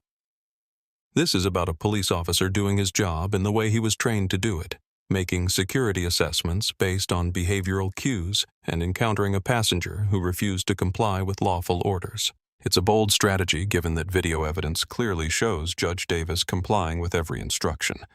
But Walsh knows that some jurors will be predisposed to side with police, and his job is to give those jurors enough justification to vote not guilty despite the evidence. He promises to show that Hammond's actions were consistent with his training, that Judge Davis's credentials appeared suspicious to a trained eye, that her requests for his badge number constituted resistance, that the force he used was necessary to restrain someone he perceived as non-compliant. The argument requires the jury to disbelieve their own eyes when watching the video, to accept that a 52-year-old woman in a business suit presenting federal credentials constitutes a security threat, to believe that slamming her face into a table was a reasonable response to her asking for his badge number. The prosecution's case unfolds over 3 weeks with the precision of a legal argument and the emotional weight of human suffering presented in excruciating detail. The synchronized video from 8 different angles is played for the jury repeatedly, each viewing revealing new details that strengthen the government's case, the way Hammond's hand moves to his belt before he's even finished speaking to Judge Davis, suggesting he'd already decided to escalate physically, the exact moment her briefcase hits the floor, and legal documents scatter, including the crayon drawing from her daughter that will later be entered as evidence to establish the human cost beyond the immediate injuries. The frame-by-frame sequence of her glasses shattering and blood beginning to flow. The full 11 minutes of Hammond kneeling on her back while she lies unresisting and bleeding and asking for medical attention that he refuses to summon. Judge Davis testifies for an entire day, walking the jury through her credentials and her career and her experience as a federal prosecutor who sent corrupt police officers to prison, establishing that she understands both law enforcement and civil rights and knows exactly what constitutes excessive force versus reasonable restraint. She describes the pain of her shoulder dislocating in clinical detail that makes several jurors wince. Explains the ongoing physical therapy she requires and the permanent limitation in her range of motion. Lifts her hand to show the jury how high she can raise her arm. Now versus before the assault. Demonstrates the tremor that sometimes affects her right hand when she's trying to write because the nerve damage hasn't fully healed. But it's her testimony about the emotional and psychological impact that seems to affect the jury most deeply. The moments when this accomplished federal judge who has faced down organized crime figures and corrupt officials admits that she now experiences anxiety when traveling through airports, that she startles when people approach her from behind, that she sometimes dreams about the feeling of Hammond's knee on her back and wakes up struggling to breathe. "I've dedicated my entire career to the law and to justice," she tells the jury, her voice steady but her eyes reflecting pain that can't be captured in medical records. "And I learned that day that none of it protected me, that my credentials meant nothing, that my compliance didn't keep me safe, that the law I've spent my life upholding failed to protect me from an officer who saw only my skin color and decided that was reason enough to hurt me." The medical testimony is equally devastating, with the orthopedic surgeon who treated Judge Davis's shoulder explaining in detail how the injury occurred and what it reveals about the force Hammond used. This type of rotational shoulder dislocation requires significant violent force, the surgeon testifies, using a medical model to demonstrate the mechanism of injury. It doesn't happen from normal physical contact or even from someone falling. It happens when someone's arm is wrenched behind their back with considerable force and twisted beyond the normal range of motion. This wasn't an accidental injury that occurred during a restraint. This was the direct result of excessive force applied deliberately to someone who wasn't resisting. The plastic surgeon who stitched Judge Davis's facial laceration testifies about the depth and location of the cut, explains that the scar will be permanent despite his best efforts to minimize it. Notes that the injury occurred in a location on the face that makes it difficult to conceal, and ensures that she will be reminded of this assault every time she looks in a mirror for the rest of her life. Scars on the face carry psychological weight beyond the physical injury, the surgeon explains. They affect how people see themselves, how others see them, and they serve as permanent visible reminders of trauma. The prosecution presents each of the 17 former victims who agreed to testify about their experiences with Hammond, creating a pattern that demonstrates Judge Davis's assault wasn't an isolated incident, but rather the culmination of years of discriminatory behavior that escalated because no one stopped him. The jury hears from Dr. Carla Henderson about being detained for 5 hours and missing her medical conference, from James Thornton about being strip-searched based on no evidence from Simone Pierce about missing her Olympic qualifying event. And each story follows the same pattern: minority passenger in pre-check stopped by Hammond for reasons that white passengers never face, subjected to treatment designed to humiliate and delay filing a complaint that was dismissed without investigation.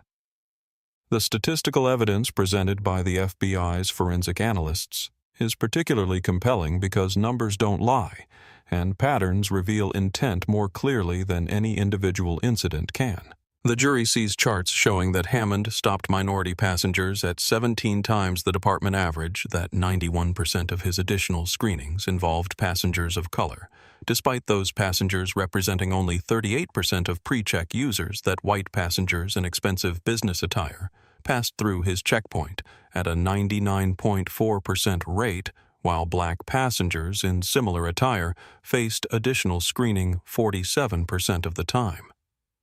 The expert witness explaining these statistics testifies that the probability of this pattern occurring through random chance is statistically impossible. This is clear evidence of intentional discrimination rather than colorblind security screening. Then the prosecution plays Hammond's body camera footage, and the courtroom falls into the kind of silence that comes when people are witnessing something they wish they could unsee. The jury watches from Hammond's perspective as he spots Judge Davis entering the checkpoint, watches him turn to Officer Turner and say with a visible smirk, "Watch me deal with this one." Watches his approach and his dismissal of her credentials and his escalation from words to physical force in the span of seconds that feel endless when you're watching them frame by frame.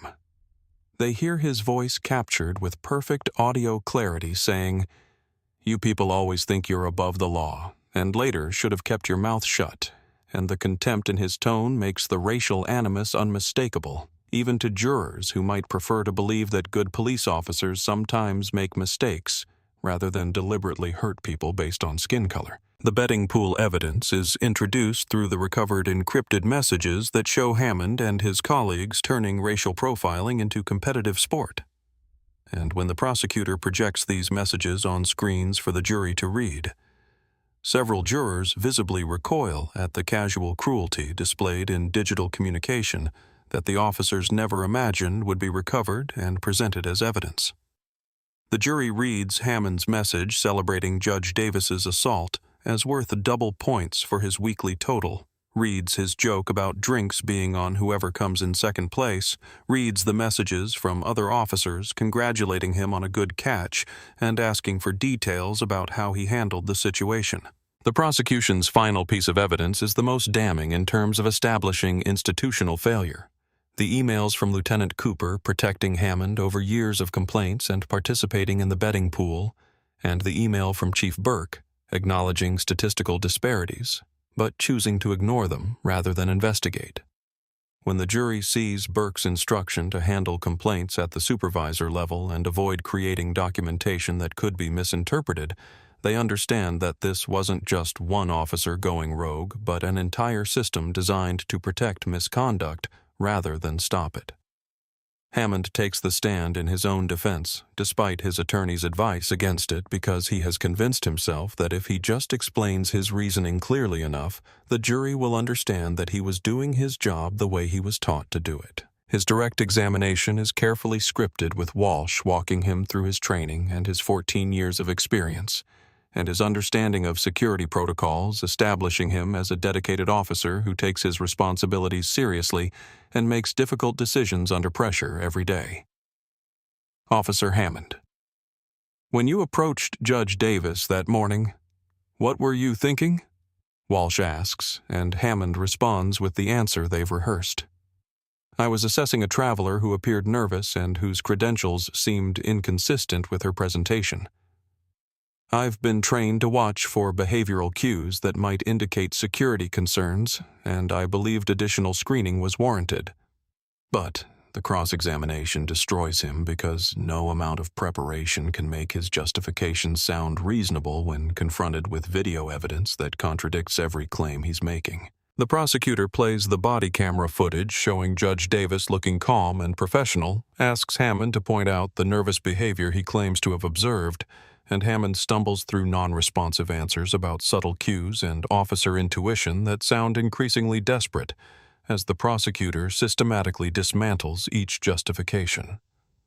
Officer Hammond: "You testified that Judge Davis's credentials seemed inconsistent with her presentation," the prosecutor says, playing the video that shows her presenting her federal judicial ID. "Can you explain what was inconsistent about a federal appellate judge presenting federal judicial credentials?" Hammond tries to explain that the credentials looked suspicious, that the photograph didn't match well enough, that something about the holographic seal seemed off. But then the prosecutor produces the actual credential and asks Hammond to identify what was suspicious about it, and Hammond can't point to anything specific because there was nothing suspicious about it. He simply didn't believe that a black woman could be a federal judge. "Did you scan her credentials?" the prosecutor asks, and Hammond admits he didn't.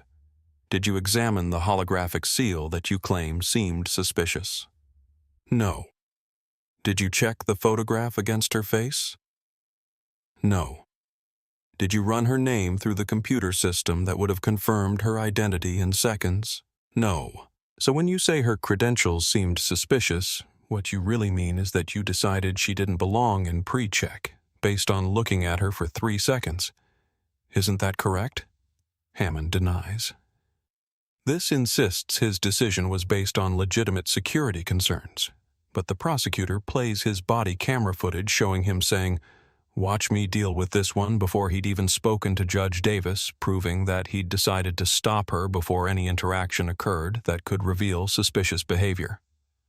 Officer Hammond, when you told Officer Turner, "Watch me deal with this one," what exactly did you mean by this one? The prosecutor asks, and Hammond has no good answer because any honest response would require him to admit that he was referring to Judge Davis as a Category Black woman in expensive suit rather than as an individual. The prosecutor walks Hammond through the betting pool messages, asks him to read aloud his celebration of the assault as a victory worth double points, asks him to explain what kind of officer turns racial profiling into a competitive sport with money-changing hands. Hammond tries to claim the messages were jokes, that the betting pool wasn't real, but the prosecutor produces bank records showing cash withdrawals and deposits that track the weekly pot, proving that real money changed hands based on how many minority passengers each officer stopped.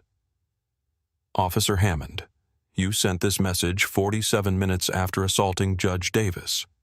The prosecutor says, displaying the text on screens throughout the courtroom. Quote, "Just bagged a tough one. Judge lady who thought her papers would intimidate me. Worth double points for this week's total." Those are your words, correct? Hammond has to admit they are his words. Has to sit in the witness chair while the jury looks at him with expressions ranging from disgust to disbelief. Has to watch his defense collapse in real time as his own messages convict him more effectively than any prosecutor ever could.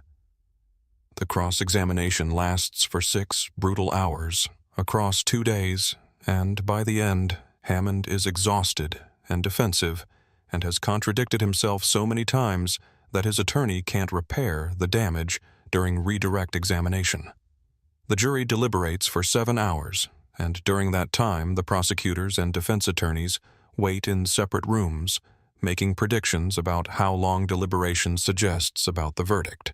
Quick deliberations usually favor the prosecution in cases with strong evidence, while extended deliberations might indicate disagreement or careful consideration of complex legal issues. 7 hours falls in the middle range, long enough to suggest the jury is taking its responsibilities seriously, but not so long that it indicates fundamental disagreement about guilt or innocence.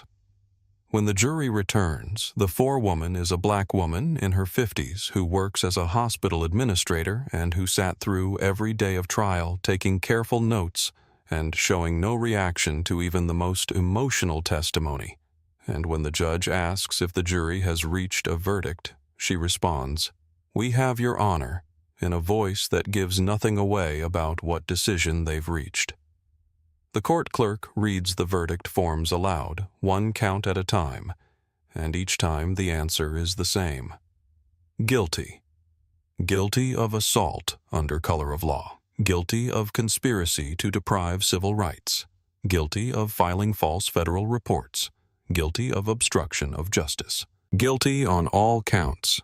Unanimous verdict on each charge. No mercy from 12 citizens who watched the evidence and decided that what Brett Hammond did to Judge Monique Davis and to the 17 other victims who testified, and to all the people who filed complaints that were dismissed, was criminal conduct that deserves punishment rather than protection. Hammond shows no emotion when the verdicts are read, standing at the defense table with his face frozen in the kind of neutral expression that people adopt when they're trying not to break down in public.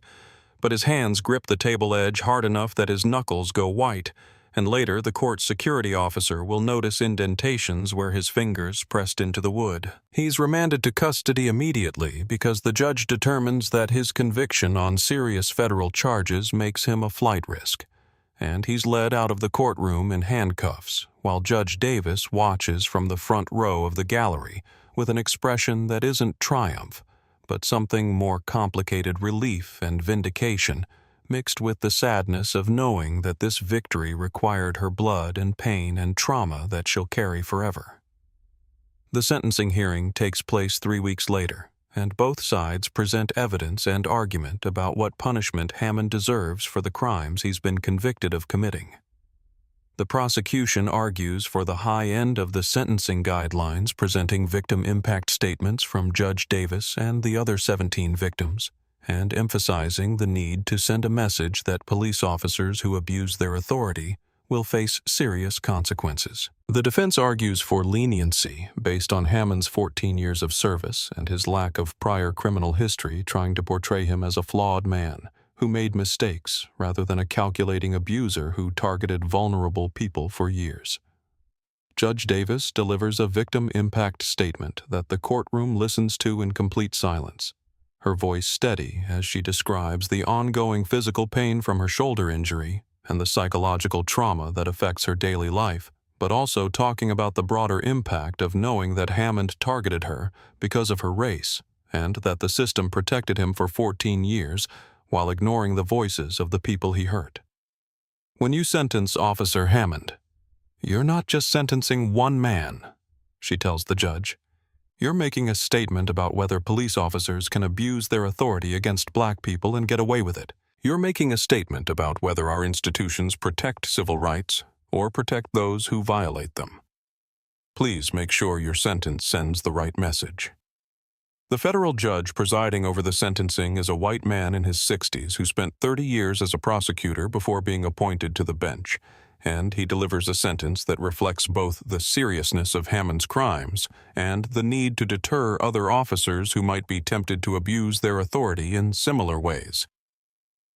Officer Hammond, you violated the oath you swore to uphold, the judge says, looking directly at the defendant who stands before him in prison jumpsuit rather than police uniform.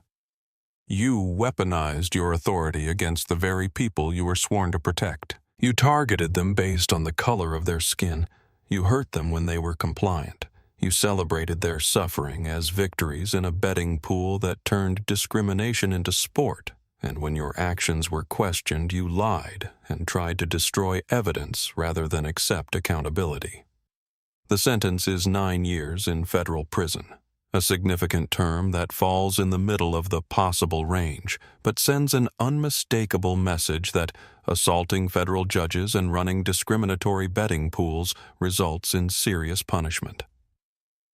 Hammond is additionally banned from ever working in law enforcement in any capacity required to pay restitution to Judge Davis for her medical expenses and lost wages, and will be on supervised release for 3 years after completing his prison term, during which any violation of conditions could send him back to prison for the full remaining term of his sentence. Lieutenant Travis Cooper receives 5 years for his role in the conspiracy and cover-up. Chief Raymond Burke receives 4 years and forfeits his pension for attempting to obstruct the investigation, and the 3 other officers involved in the betting pool receive sentences ranging from 2 to 3 years each. Officer Joel Turner, who cooperated with investigators and testified at trial, receives no prison time but is permanently banned from law enforcement and required to complete 500 hours of community service educating other officers about the consequences of looking the other way when colleagues violate civil rights. The day Brett Hammond is sentenced to 9 years in federal prison, Judge Monique Davis sits in the second row of the courtroom gallery and listens to the judge explain why this sentence is necessary, not just to punish one officer for his crimes, but to send a message to every police department in America that targeting people based on race will result in federal prosecution and significant prison time, that the days of dismissing complaints and protecting bad officers are ending, that civil rights mean something and will be enforced even when victims are ordinary travelers rather than federal judges. She listens to Hammond's attorney make one final plea for leniency based on his client's years of service, conveniently ignoring that those years of service included years of discriminatory abuse, and she watches Hammond stand silently when given the opportunity to address the court, his jaw clenched and his face showing no remorse or acknowledgement that what he did was wrong. He could apologize. Here could show some recognition of the harm he caused, could demonstrate that 9 months since his arrest has taught him something about himself and his actions. But instead, he remains silent while the judge sentences him and the marshals lead him away to begin serving his term at a federal correctional institution in West Virginia, where he'll spend the next 9 years contemplating the choices that brought him here. Judge Davis feels relief when the sentence is pronounced, feels vindication that the system eventually worked, even though it took her blood and pain to make it work. But she doesn't feel joy or satisfaction, because there's no real victory in watching anyone go to prison, only the grim necessity of holding people accountable when they refuse to hold themselves accountable. Aaliyah Wright is in school when the sentencing happens, but her mother Keisha calls during lunch break to tell her that the police officer who hurt the judge lady is going to prison for a long time, and Aaliyah feels complicated emotions that she tries to explain to her 5th grade teacher when she's asked why she seems distracted during math class. "I'm glad he can't hurt anyone else," Aaliyah tells Mrs. Patterson. "But I'm sad that he had to go to prison because that means he never learned to be better on his own. He had to be forced to stop." Her teacher is impressed by this moral reasoning from a 10-year-old girl and asks Aaliyah what she thinks would have been better than prison, and Aaliyah considers this carefully before responding with a question rather than an answer. What if, instead of just punishing people who do bad things, we helped them understand why it was bad, so they could choose to be different? Patterson recognizes profound wisdom in this question and suggests that Aaliyah might want to write about it for the creative writing assignment due next week. And Aaliyah goes home that afternoon and starts composing a letter that she doesn't intend for any assignment, but rather writes because she needs to ask the questions that won't leave her alone, needs to reach out to this man who hurt someone in front of her eyes and see if there's any possibility that he's capable of change, or if he's just going to spend 9 years angry and defensive and emerge from prison exactly the same person he was when he went in. Brett Hammond has been in federal prison for 7 months when the letter arrives, forwarded through the facility's mail system that screens all incoming correspondence for contraband or security threats or material that violates prison regulations. He's been at FCI Beckley in West Virginia since his sentencing assigned to a medium security unit where he's kept in administrative segregation for his own protection because former police officers are targets in general population where inmates who've been brutalized by cops their entire lives see prison justice as an opportunity to settle scores against anyone who wore a badge. His cell is 8 feet by 10 feet with a metal bunk bolted to the wall, a small desk and chair, a toilet and sink combination unit, and a single narrow window that looks out onto the prison yard, where he's not allowed to go because protective custody inmates get their recreation time separately from the general population in a smaller enclosed area that feels more like a cage than a yard. He's spent these 7 months in isolation that's technically for his protection, but feels like punishment on top of punishment 23 hours a day in his cell with 1 hour for recreation and showers and phone calls, meals delivered to his door. No job assignment because they don't want him interacting with other inmates who might decide that assaulting a federal judge means he deserves whatever violence they feel like inflicting. He's filed 1 appeal that was denied written letters to his attorney exploring other legal options that his lawyer gently explains aren't likely to succeed given the overwhelming evidence of his guilt, and mostly he's sat in his cell with nothing to do except think about how he ended up here, though his thoughts have mostly circled around anger and resentment rather than genuine self-examination. He's angry at Judge Davis for not just accepting the additional screening and moving on, angry at the FBI for pursuing federal charges over what he still thinks of as a routine use of force, angry at the jury that convicted him and the judge who sentenced him and the media that portrayed him as a racist rather than a dedicated officer doing his job. He's gotten very good at being angry, at nursing his grievances, at maintaining the defensive posture that lets him avoid confronting the possibility that maybe he was wrong. Maybe his actions weren't justified. Maybe the problem wasn't with everyone else, but with him. The envelope arrives with the morning mail distribution addressed in careful child's handwriting that immediately identifies it as unusual because most of Hammond's mail comes from his attorney with legal letterhead or from his ex-wife's lawyer with demands for child support payments that he can't make from prison wages of 12 cents an hour. He almost throws it away without opening it because who needs letters from children when you're trying to maintain the emotional armor necessary to survive federal prison? But something about the careful formation of the letters on the envelope suggests that whoever wrote this took time and effort to compose it, and curiosity wins over defensiveness long enough for him to tear open the envelope and unfold the letter inside. The handwriting is the same careful printing from the envelope written on lined notebook paper with a purple pen, and Hammond starts reading without any expectation that the contents will affect him because he's spent 7 months building walls around himself to keep out anything that might require him to feel something other than anger. Dear Officer Hammond, my name is Aaliyah Wright. I'm 10 years old now. I was 9 when I saw you hurt Judge Davis at the airport. My teacher says when someone does something wrong, we should try to understand why. So I've been thinking about why you hurt her. Judge Davis didn't yell at you. She didn't fight. She showed you her ID like you asked. But you hurt her anyway. You made her bleed. I saw her face and it scared me. My mom says maybe you were having a bad day. But I don't think a bad day makes you hurt people. I think maybe you thought she was bad because of how she looked. That's what my teacher calls prejudice. In school, we learned that people who do bad things can change if they try. We read about people who were mean and then became nice because they learned why being mean was wrong. I'm writing to ask you, do you know why what you did was wrong? Not wrong because you got in trouble. Wrong because you hurt someone who didn't deserve it. Judge Davis has a scar on her face now. She'll have it forever. Every time she looks in the mirror, she'll remember you. That makes me sad. But my teacher also says everyone deserves a chance to be better, even if they did something really bad.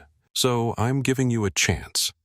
If you want to change, really change, not just say sorry, but actually be different, then maybe something good can come from something bad.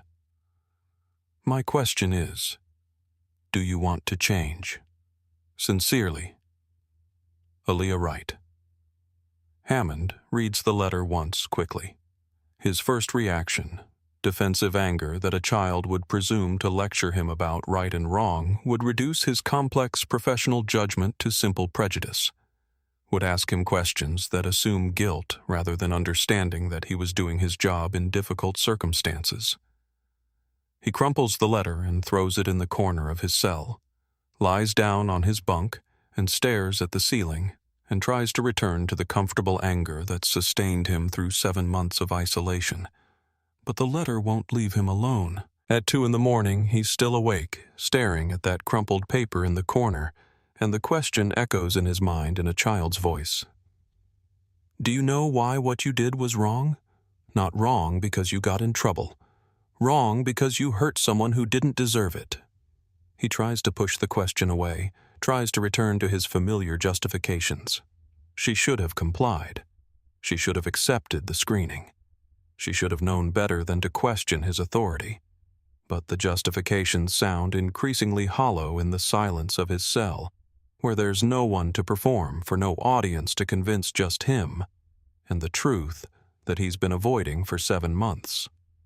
He gets up and retrieves the crumpled letter, smooths it out on his small desk, reads it again in the dim light from the corridor that filters through the small window in his cell door. This time, different words jump out at him. Judge Davis has a scar on her face now. She'll have it forever. He remembers her face hitting the table, remembers the blood has tried not to think about it for 7 months, but now the image forces itself into his consciousness, and he realizes that Aaliyah is right every time Judge Davis looks in a mirror. She sees what he did to her, carries the permanent mark of his violence, lives with the consequences of his decision, while he's been sitting here feeling sorry for himself. He reads the letter a 3rd time and gets stuck on the final question. Do you want to change? It's such a simple question. The kind of thing you'd ask a child who's been misbehaving, but Hammond realizes he doesn't actually know the answer. Does he want to change, or does he just want to serve his time and get out and go back to believing he was right and everyone else was wrong? Is he capable of change? Is anyone? And if people can change, what does that actually look like beyond just saying you're sorry and hoping that's enough? He doesn't sleep that night, and when his cellmate Gerald Thompson arrives the next morning, they've just been doubled up because the prison is overcrowded and administrative segregation is being relaxed slightly to accommodate more inmates. Hammond is sitting at his desk, still holding the letter, still wrestling with questions that don't have easy answers. Gerald Thompson is 58 years old and black and serving a 6-year sentence for a white-collar crime that he maintains he didn't commit. And over the 3 years he's been at FCI Beckley, he's developed a reputation as someone who keeps to himself, reads constantly, and has a way of seeing through the performances that prisoners put on to protect themselves from vulnerability. He's a former accountant who made the mistake of working for a company run by criminals who needed someone to take the fall when federal investigators started asking questions. And he spent his time in prison studying law and filing motions and waiting for his appeal to wind through a judicial system that moves slowly when you're watching from inside a cell. He arrives at the cell he'll now be sharing with Hammond, carrying a mesh bag of his belongings books, mostly legal pads filled with notes about his case, a few photographs of his 3 daughters who write him every week without fail, and he immediately notices the crumpled letter on Hammond's desk and the expression on his cellmate's face that suggests someone wrestling with thoughts that won't resolve themselves into comfortable conclusions. Thompson has learned to read people during his 3 years inside, knows that prison strips away the social masks people wear in the outside world and reveals who they really are beneath the performance, and what he sees in Hammond's face is confusion and conflict rather than the hardened defiance that characterizes most cops who end up in federal prison. Letter from family. Thompson asks unpacking his books and arranging them on the small shelf above his bunk with the careful precision of someone who's learned that maintaining order in your small space is crucial to maintaining sanity in confinement. A kid Hammond says his voice rough from not having spoken to anyone in hours. Witness from my case. Thompson pauses in his unpacking, interested despite himself, because he's heard bits and pieces about Hammond's case. From other inmates knows he assaulted a federal judge and got 9 years for it. Knows that most cops who end up in prison maintain absolute denial about their guilt, regardless of the evidence against them. What's she say, he asks, settling onto his own bunk and pulling out the latest legal brief he's been drafting in his ongoing appeal. Hammond is quiet for long enough that Thompson thinks he's not going to answer, but then he says defensively, "She doesn't understand. She's just a child." Sometimes children see clearest. Thompson observes, not looking up from his legal pad, but aware of Hammond's every movement in their small, shared space. "What did she ask you?" Hammond finally shows him the letter, hands it across the narrow space between their bunks like he's handing over evidence that might incriminate him. And Thompson reads it slowly with the careful attention he brings to legal documents and witness statements and anything that requires real understanding rather than surface reading. When he finishes, he hands it back without comment, letting the silence stretch until Hammond feels compelled to fill it with explanation or justification or whatever defensive reaction comes first. "She's asking if I want to change," Hammond says, staring at the letter in his hands. Like it's that simple. Thompson considers his response carefully, because he's learned that telling people hard truths too directly just makes them defensive. That real change happens slowly through questions rather than confrontations, that sometimes the best thing you can do is share your own story and let people draw their own conclusions. "Brother, I've been on the wrong end of just doing my job my whole life," he says quietly. "Let me tell you about the cop who arrested me." He tells Hammond about the officer who showed up at his accounting office with a warrant, who looked at Thompson in his suit and tie sitting at his desk surrounded by financial documents, and saw not an accountant, but a criminal who assumed without investigation that Thompson must be guilty because he was a black man working in finance, which obviously meant he was running some kind of scam. The officer threw him against the wall during the arrest, even though Thompson wasn't resisting, handcuffed him so tight that his wrists bled. Walked him through the office in front of his colleagues while announcing loudly that they'd caught another fraudster, making sure everyone saw Thompson's humiliation and assumed his guilt. That officer looked at me and saw a threat, Thompson says, his voice carrying the weight of pain that time hasn't fully healed. Not an accountant, not a father of 3 girls, not a person, just a threat that needed to be neutralized. Sound familiar? Hammond wants to say it's different, that his situation with Judge Davis was about legitimate security concerns rather than prejudice. But sitting in this cell with a black man who's been railroaded by the same system that Hammond used to be. Part of the differences seem less clear than they did 7 months ago, when he was writing his first angry letter to his attorney claiming this was all a misunderstanding. I was trained to watch for certain indicators he tries to explain, but the words sound weak even to his own ears. Indicators like skin color. Thompson asks not accusatory, but genuinely questioning, giving Hammond space to examine his own reasoning rather than simply dismissing it. What specific behavior did Judge Davis exhibit that justified you grabbing her, slamming her onto a table, breaking her glasses, giving her a permanent scar on her face? Hammond tries to remember specific behaviors, tries to reconstruct the professional threat assessment he claimed to be making.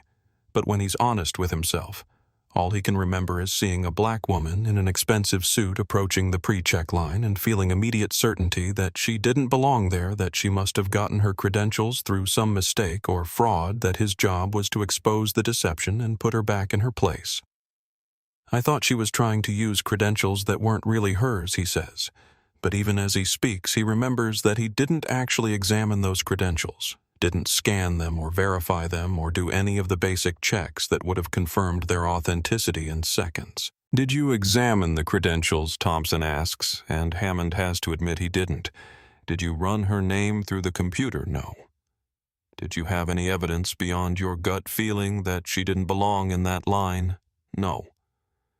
So what you're telling me is that you saw a black woman and decided she didn't belong somewhere, and when she tried to assert her rights, you hurt her. How is that different from what the cop did to me? The question hangs in the air of their small cell, unanswerable in any way that lets Hammond maintain his defenses, and for the first time since his arrest 7 months ago, he feels something crack in the armor he's built around himself. A small fissure that lets in the possibility that maybe Aaliyah is right, maybe what he did was wrong, not just because he got caught, but because he hurt someone who didn't deserve it, because he made assumptions based on race rather than evidence, because he used his authority to enforce prejudice rather than security. I don't know how to change that, Hammond admits, and the admission costs him something because he spent his entire adult life being certain. Being the authority, being the one with answers, rather than questions. I don't even know where to start. Thompson nods like he's been waiting for exactly this acknowledgement. That's the first step right there, admitting you don't know. The second step is doing the work to figure it out. Prison library has books on racial bias history, civil rights. There's a class on restorative justice that meets Thursday evenings. You could write back to that little girl and tell her honestly where you are in the process. Not where you wish you were, but where you actually are.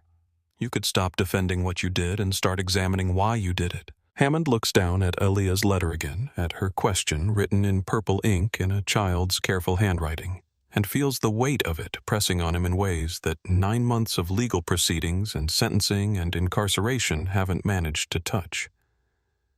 She asked if I want to change, he says quietly. I think maybe I do, but I don't know if I can. Nobody knows if they can until they try, Thompson says with the wisdom of someone who spent 3 years in prison maintaining his innocence and his dignity and his belief that eventually the truth will matter. But I'll tell you this, if you don't try, if you just serve your time and walk out of here, the same person who walked in then, that little girl's question will haunt you for the rest of your life. You'll always wonder if you could have been better and chose not to. That night, Hammond lies awake again. But this time, instead of nursing his anger, he's thinking about Aaliyah's question and Thompson's story and Judge Davis's face when his knee was pressing into her back and she was asking for medical attention that he refused to provide. He thinks about the betting pool and the jokes he made about bagging tough ones and the way he celebrated causing pain to people who hadn't done anything to deserve it. He thinks about his 14 years as a police officer and wonders how many people he hurt, how many lives he affected, how many Aaliyahs watched him abuse his authority and lost their faith that police officers protect rather than harm. And he begins slowly and painfully to understand what Aaliyah was asking him, not whether he regrets getting caught. Not whether he's sorry he's in prison, but whether he's capable of looking at himself honestly and recognizing that the person he was for 14 years was someone who used power to hurt people based on the color of their skin, and whether he wants to become someone different. Over the next few weeks, Hammond does something he's never done in his entire adult life. He starts to educate himself about the things he thought he already understood. He checks out books from the prison library about the history of policing in America, and learns things he was never taught in the police academy. Learns about slave patrols and sundown towns, and the ways that law enforcement has been used throughout American history to control black bodies and enforce racial hierarchies that were supposedly dismantled, but actually just evolved into more subtle forms. He reads about bias and how it operates below conscious awareness. How people can genuinely believe they're treating everyone fairly while their actions demonstrate clear patterns of discrimination.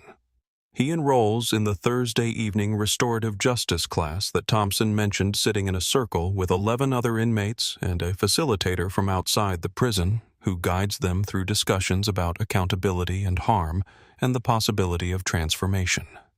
The class asks participants to write about their crimes without defensive justification, to examine what they did from the perspective of the people they hurt, to consider what genuine accountability looks like beyond serving time and paying fines and checking boxes on a rehabilitation checklist. Hammond's first assignment is to describe the moment he realized he was wrong, and he sits at his desk for 2 hours staring at a blank page because he's not sure he's had that moment yet, not sure he's ready to admit that everything he believed about himself for 14 years was a lie. But finally, he begins to write slowly at first, and then faster as the words start flowing.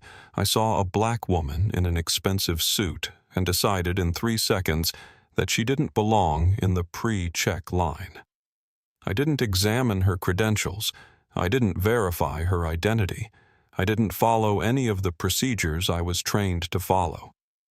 I just saw her skin color and made a judgment, and when she tried to assert her rights, I hurt her because I believed my authority mattered more than her dignity. It's not a complete transformation, not a sudden enlightenment that makes everything clear, but it's a beginning, a crack in the defensive armor that's kept Hammond from examining himself honestly. And when he shares what he wrote in the next class session, several other inmates nod in recognition because they've done similar work examining their own prejudices and failures and the choices that brought them to prison. 2 years have passed since the assault at Charlotte Douglas International Airport, and Judge Monique Davis has returned fully to her work on the Fourth Circuit Court of Appeals. Though the experience has changed her in ways that show up in both her professional decisions and her personal life. The scar beneath her left eye has faded from the angry red of fresh wounds to a pale silver line that's barely visible, unless you know to look for it. But she knows it's there.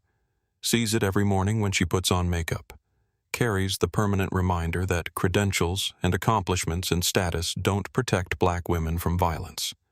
When the person holding power decides that their skin color matters more than their humanity. Her shoulder has healed as well as it's going to heal, which means she's regained most of her range of motion through months of physical therapy, but still experiences pain when the weather changes, or when she's been writing for too long, or when stress causes her muscles to tense in ways that pull on the scar tissue where ligaments tore during the dislocation. She's learned to manage the pain with stretching exercises and occasional anti-inflammatory medication, and the acceptance that some damage can't be completely repaired, that her body will always carry the marks of what Brett Hammond did, even if most people can't see them. The psychological effects have been harder to quantify and manage, showing up in unexpected moments of anxiety when she travels through airports now, in the way she startles slightly when people approach her from behind, in dreams where she's face down on cold metal, unable to breathe, while weight presses into her back, and a voice says, "You people with contempt that drips like poison." She's worked with a therapist who specializes in trauma, has learned techniques for managing the triggers and the intrusive memories, has accepted that healing is a process rather than a destination, and that she may always carry some psychological weight from those 11 minutes at Checkpoint 4. But she's also channeled the experience into action using the $23.7 million civil settlement to establish the Davis Justice Initiative that now operates in 47 states, providing free legal representation to victims of discrimination who lack resources to fight back against institutions and individuals who violate their rights. The organization has taken on 287 cases in its first 2 years, winning or settling the majority and creating legal precedents that strengthen civil rights protections for vulnerable populations who typically can't afford attorneys capable of challenging police departments and corporations and government agencies. Judge Davis personally reviews every case that the initiative accepts, and she's developed a particular focus on complaints against law enforcement that follow the same pattern as her own experience: passengers or pedestrians or drivers who were stopped without cause, subjected to excessive force or unlawful searches, and then had their complaints dismissed by internal review systems designed to protect officers rather than hold them accountable. She's become a national voice for police reform, testifying before Congress about the need for independent oversight and speaking at law schools about how implicit bias affects law enforcement, even when officers believe they're acting neutrally. Her daughter, Zara, now 12 years old and already talking about following her mother into law, has become more politically aware and socially conscious as a result of what happened, asking questions about justice and fairness, and why systems that are supposed to protect people sometimes hurt them instead. They have long conversations over dinner about the difference between punishment and accountability, about whether people who do terrible things can ever really change, about how you balance the need for consequences with the hope that transformation is possible. "Mom, do you think that police officer learned anything from going to prison?" Zara asks one evening while they're cleaning up after dinner. The question seemingly random, except that Zara has been thinking about this for 2 years, processing her own feelings about watching her mother go through trauma and recovery, and the public nature of a case that was covered extensively in media. Judge Davis considers the question carefully because she wants to give her daughter an honest answer rather than a comforting platitude. I don't know she admits drying dishes and handing them to Zara to put away. Some people use prison as a chance to reflect and change. Others just get angry and bitter and come out worse than when they went in. I hope Officer Hammond is doing the hard work of understanding what he did and why, but I can't know that unless he demonstrates it through his actions.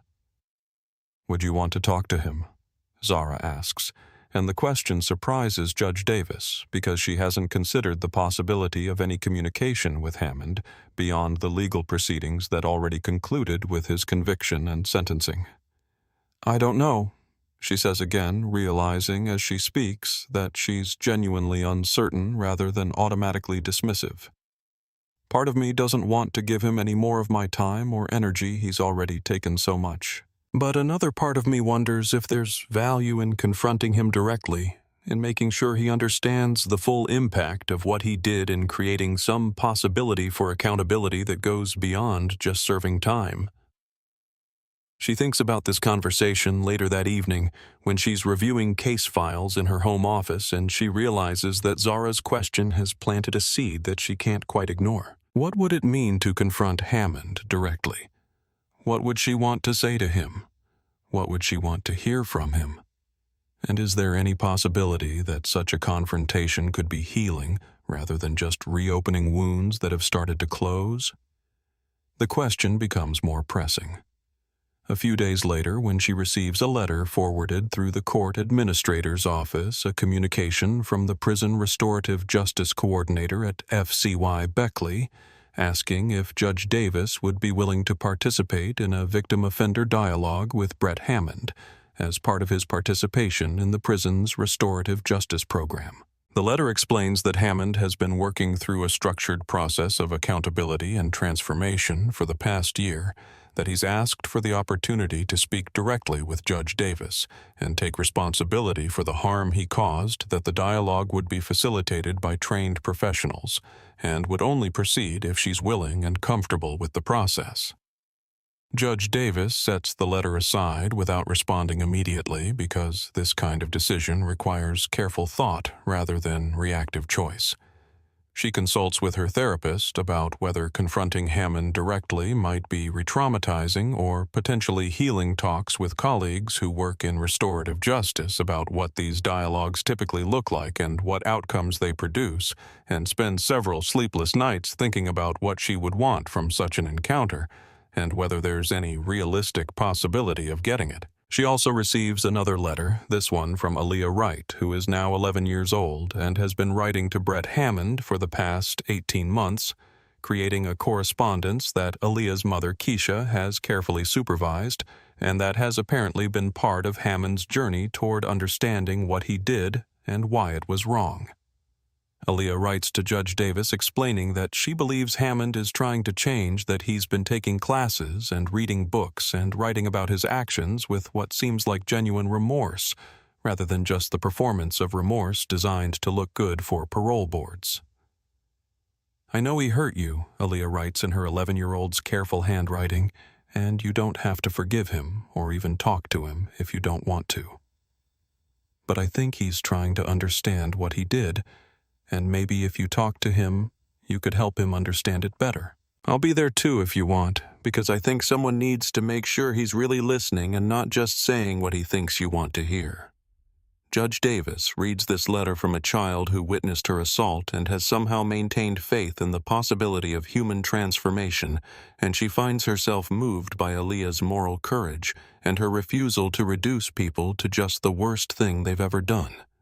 If an 11-year-old girl can believe in the possibility of change and can do the emotional labor of corresponding with the man who traumatized her by his violence, then perhaps Judge Davis can find the strength to confront him directly and test whether his claimed transformation is real. She writes back to the restorative justice coordinator saying she's willing to participate in a dialogue under specific conditions. The session must be facilitated by experienced professionals. She wants Aaliyah Wright present as a witness and moral compass.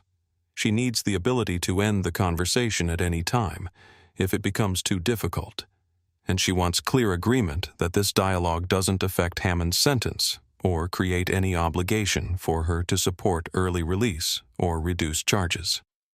The coordinator responds within a week, agreeing to all her conditions and proposing a date 3 months away, to give everyone time to prepare for what will undoubtedly be a difficult and emotional encounter. Aaliyah Wright has been writing letters to Brett Hammond for 18 months now. A correspondence that started with her simple question, "Do you want to change?" and has evolved into a remarkable exchange between a child asking moral questions with uncommon clarity and an adult struggling to answer them honestly. She's 11 years old now in 6th grade. Already thinking about careers in law or social justice or some field where she can help people and make systems work better.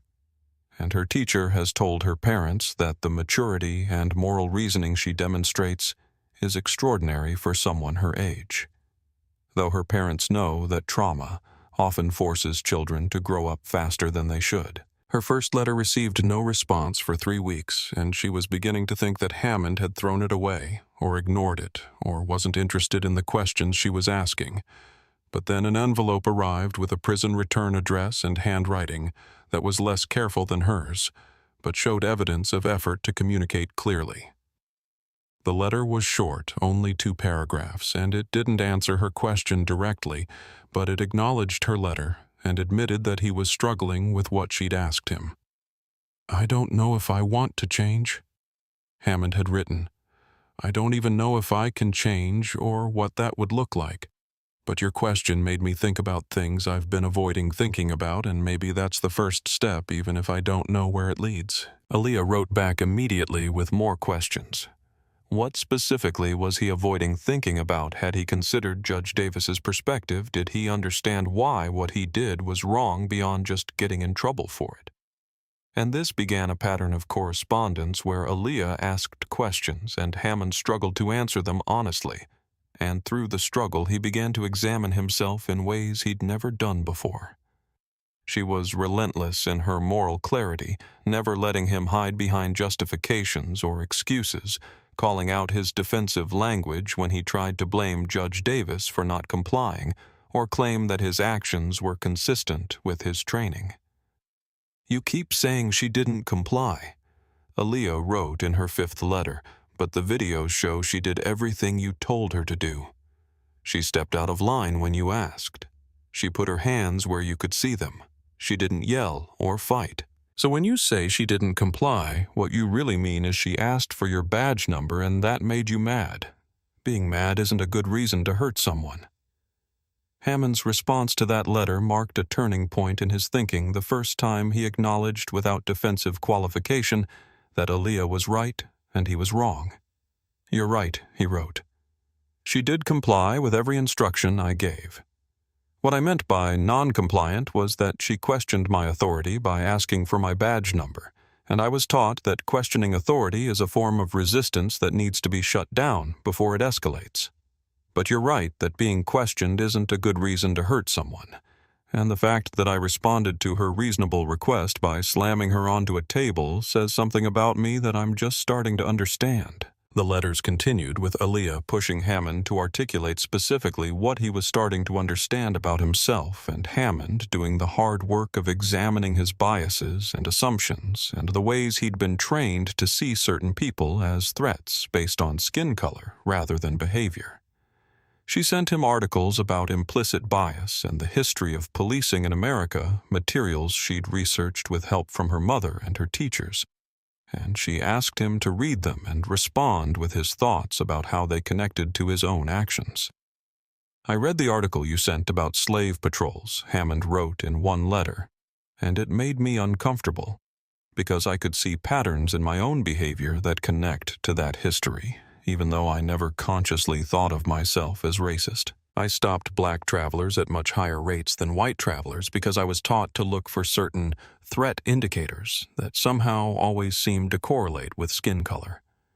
I participated in a betting pool that turned preventing black people from using pre-check into a game. I celebrated causing Judge Davis pain as a victory. When I see those actions written out clearly, I can't pretend anymore that I was just doing my job. I was enforcing racial hierarchies through my authority, and the system protected me for doing it." This kind of honest self-examination was rare enough that Aaliyah shared the letters with her mother, and Keisha was both impressed by Hammond's apparent growth and worried about her daughter taking on the emotional labor of educating a grown man who hurt someone in front of her eyes. "Baby, you don't have to fix him," Keisha told Aaliyah during one of their conversations about the correspondence. "That's not your responsibility, and it's okay if you want to stop writing to him. I know I don't have to," Aaliyah responded with the seriousness that characterized all her thinking about this situation. "But I want to. Because I think if he really changes, if he becomes someone who teaches other police officers about bias and accountability, then maybe something good can come from something bad. And if I can help that happen just by asking questions, then it's worth my time."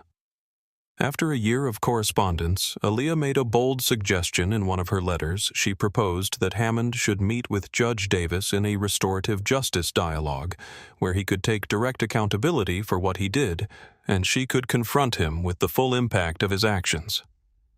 "I think you need to hear from Judge Davis herself, what it's like to carry the scar you gave her." Aaliyah wrote. I think she needs to see that you're not just saying you understand, but actually doing the work to become different. And I think I should be there too to make sure you're really listening. Hammond's response showed both willingness and fear about the prospect of facing Judge Davis directly. I don't know if she'd even be willing to meet with me, he wrote, and I wouldn't blame her if she isn't. But if she is willing, I want to try. I owe her that much at least, to sit across from her without defensiveness and hear what my actions did to her life. Aaliyah coordinated with the prison restorative justice coordinator and wrote to Judge Davis, making the case for why such a dialogue might be valuable, and when Judge Davis agreed to participate, Aaliyah felt a mixture of pride that she'd helped create this possibility and anxiety about what would happen when all three of them were in the same room confronting the violence that connected them. She spent weeks preparing for the dialogue with help from the restorative justice facilitator, thinking about what questions she wanted to ask Hammond, what she needed to hear from him, what she hoped Judge Davis would get from the encounter. She was 11 years old and preparing to mediate a confrontation between a federal judge and the man who assaulted her, a responsibility that would be overwhelming for many adults, but that Aaliyah approached with the same moral clarity and determination she'd brought to every aspect of this situation. The restorative justice dialogue takes place in a small conference room at FCI Beckley on a Tuesday morning in March, 28 months after the assault that connected these three people in ways none of them could have anticipated. The room is deliberately arranged to minimize power imbalances. A round table instead of rectangular comfortable chairs instead of institutional seating. Natural light from windows that look out onto the prison grounds. A box of tissues prominently placed in the center of the table in acknowledgement that this conversation will likely involve tears. Judge Monique Davis arrives first, driven to the prison by a colleague who will wait outside during the dialogue, and she sits in the room feeling her heart rate accelerate as the reality of what she's agreed to sinks in. She's about to confront the man who assaulted her, who gave her a permanent scar and chronic pain and psychological trauma that she's still processing 2 years later, and she's not entirely certain what she wants from this encounter. Beyond some sense that justice includes more than just prison time. That accountability means looking directly at the harm you caused rather than hiding behind prison walls. Aaliyah Wright and her mother Keisha arrive next, and Aaliyah is visibly nervous despite the preparation she's done, clutching her purple notebook where she's written questions and observations and reminders to herself about staying calm and speaking clearly. She hugs Judge Davis, this small act of comfort between two people connected by violence they both witnessed, and tells her quietly, "You don't have to do this if you don't want to. We can leave right now." "I know," Judge Davis responds, squeezing the girl's hand in gratitude for the permission to change her mind. "But I think I need to do this. I need to look him in the eye and make sure he understands what he did." Brett Hammond is brought in last, escorted by a correctional officer who removes his handcuffs before leaving him in the room with the facilitator and the three people whose lives he altered with his violence. He looks different from the last time Judge Davis saw him, thinner, older, his face showing the strain of 28 months in federal prison, his platinum blonde hair grown out slightly from the military cut he wore when he was an officer. He can't meet her eyes, initially standing awkwardly near the door until the facilitator invites him to sit. The facilitator is an experienced restorative justice practitioner named Dr. Sarah Chen, who has mediated hundreds of these dialogues and knows how to create space for difficult truths to emerge without the encounter dissolving into recrimination or defensiveness. She begins by setting ground rules. Everyone gets to speak without interruption. The focus is on understanding rather than debate. Either party can request a break if emotions become overwhelming, and the conversation ends when Judge Davis decides it ends, rather than following any predetermined timeline. "Judge Davis, you asked for this dialogue and you've prepared for it, Doctor." Chen begins. "Would you like to start by sharing what you want Brett to understand about the impact of his actions?" Judge Davis takes a slow breath, centering herself with the techniques her therapist taught her for managing anxiety in triggering situations, and when she speaks, her voice is steady, despite the emotion beneath it. When you grabbed my arm that morning, Officer Hammond, I wasn't surprised, she begins, and this opening catches everyone slightly off guard because they expected her to start with anger rather than this almost weary resignation. I've been a black woman in America for 54 years. I've been stopped and questioned and asked to prove I belong in spaces I had every right to occupy more times than I can count. I've experienced racism in forms ranging from subtle microaggressions to overt hostility.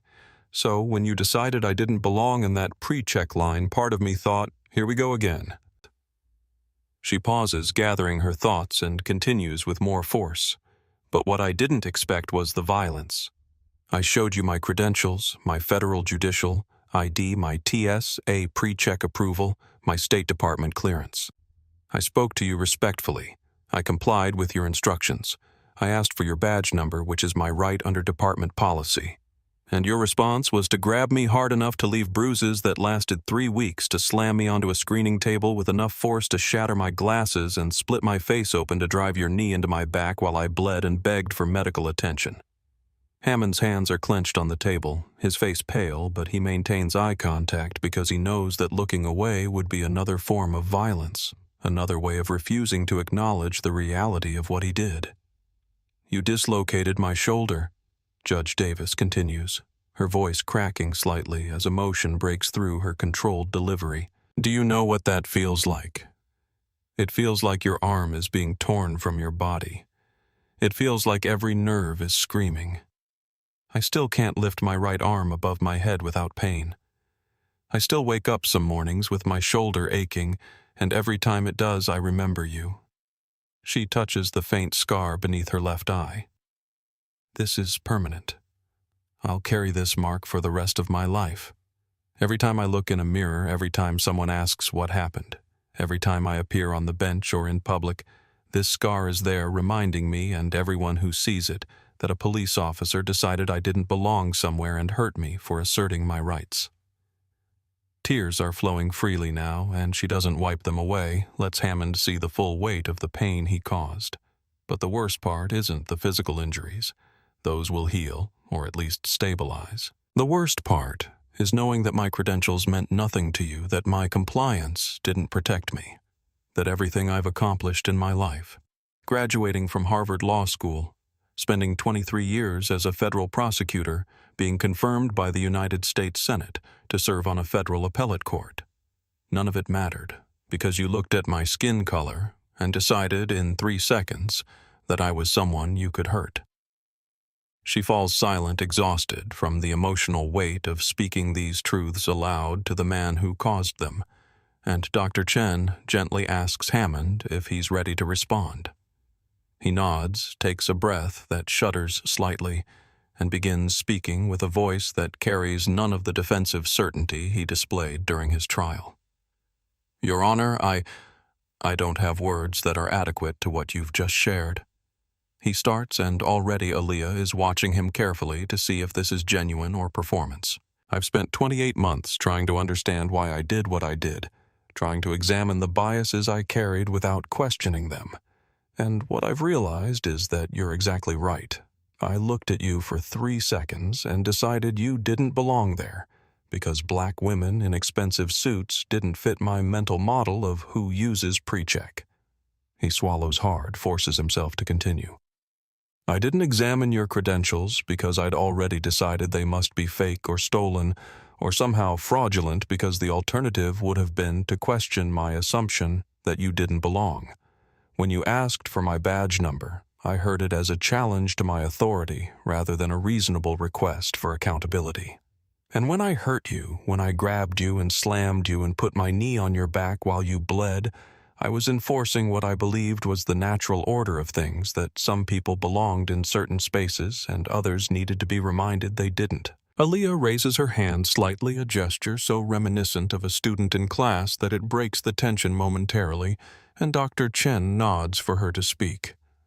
Mr. Hammond, you keep saying you believe these things, Aaliyah says carefully. Do you still believe them, or have you actually changed what you believe? It's the perfect question, cutting through his explanations to the heart of whether he's genuinely transformed or just learned better language to describe his actions. And Hammond takes his time answering, because he knows this matters. "I don't believe them anymore," he says, meeting Aaliyah's eyes directly. "I've read books about the history of policing and how it's been used to control black people since before slavery ended.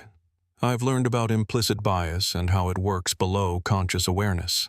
I've talked to men in here who've been targeted by police their entire lives for no reason except their skin color. And I've examined my own actions, not just what I did to Judge Davis, but 14 years of stops and searches and complaints, and I can see the pattern clearly now. I was racist.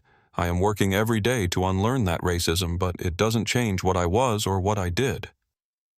Judge Davis has been listening intently, and now she leans forward slightly.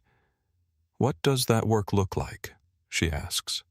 "Because I've heard a lot of apologies from police officers who got caught doing wrong things, and most of them sound exactly like what you're saying right now.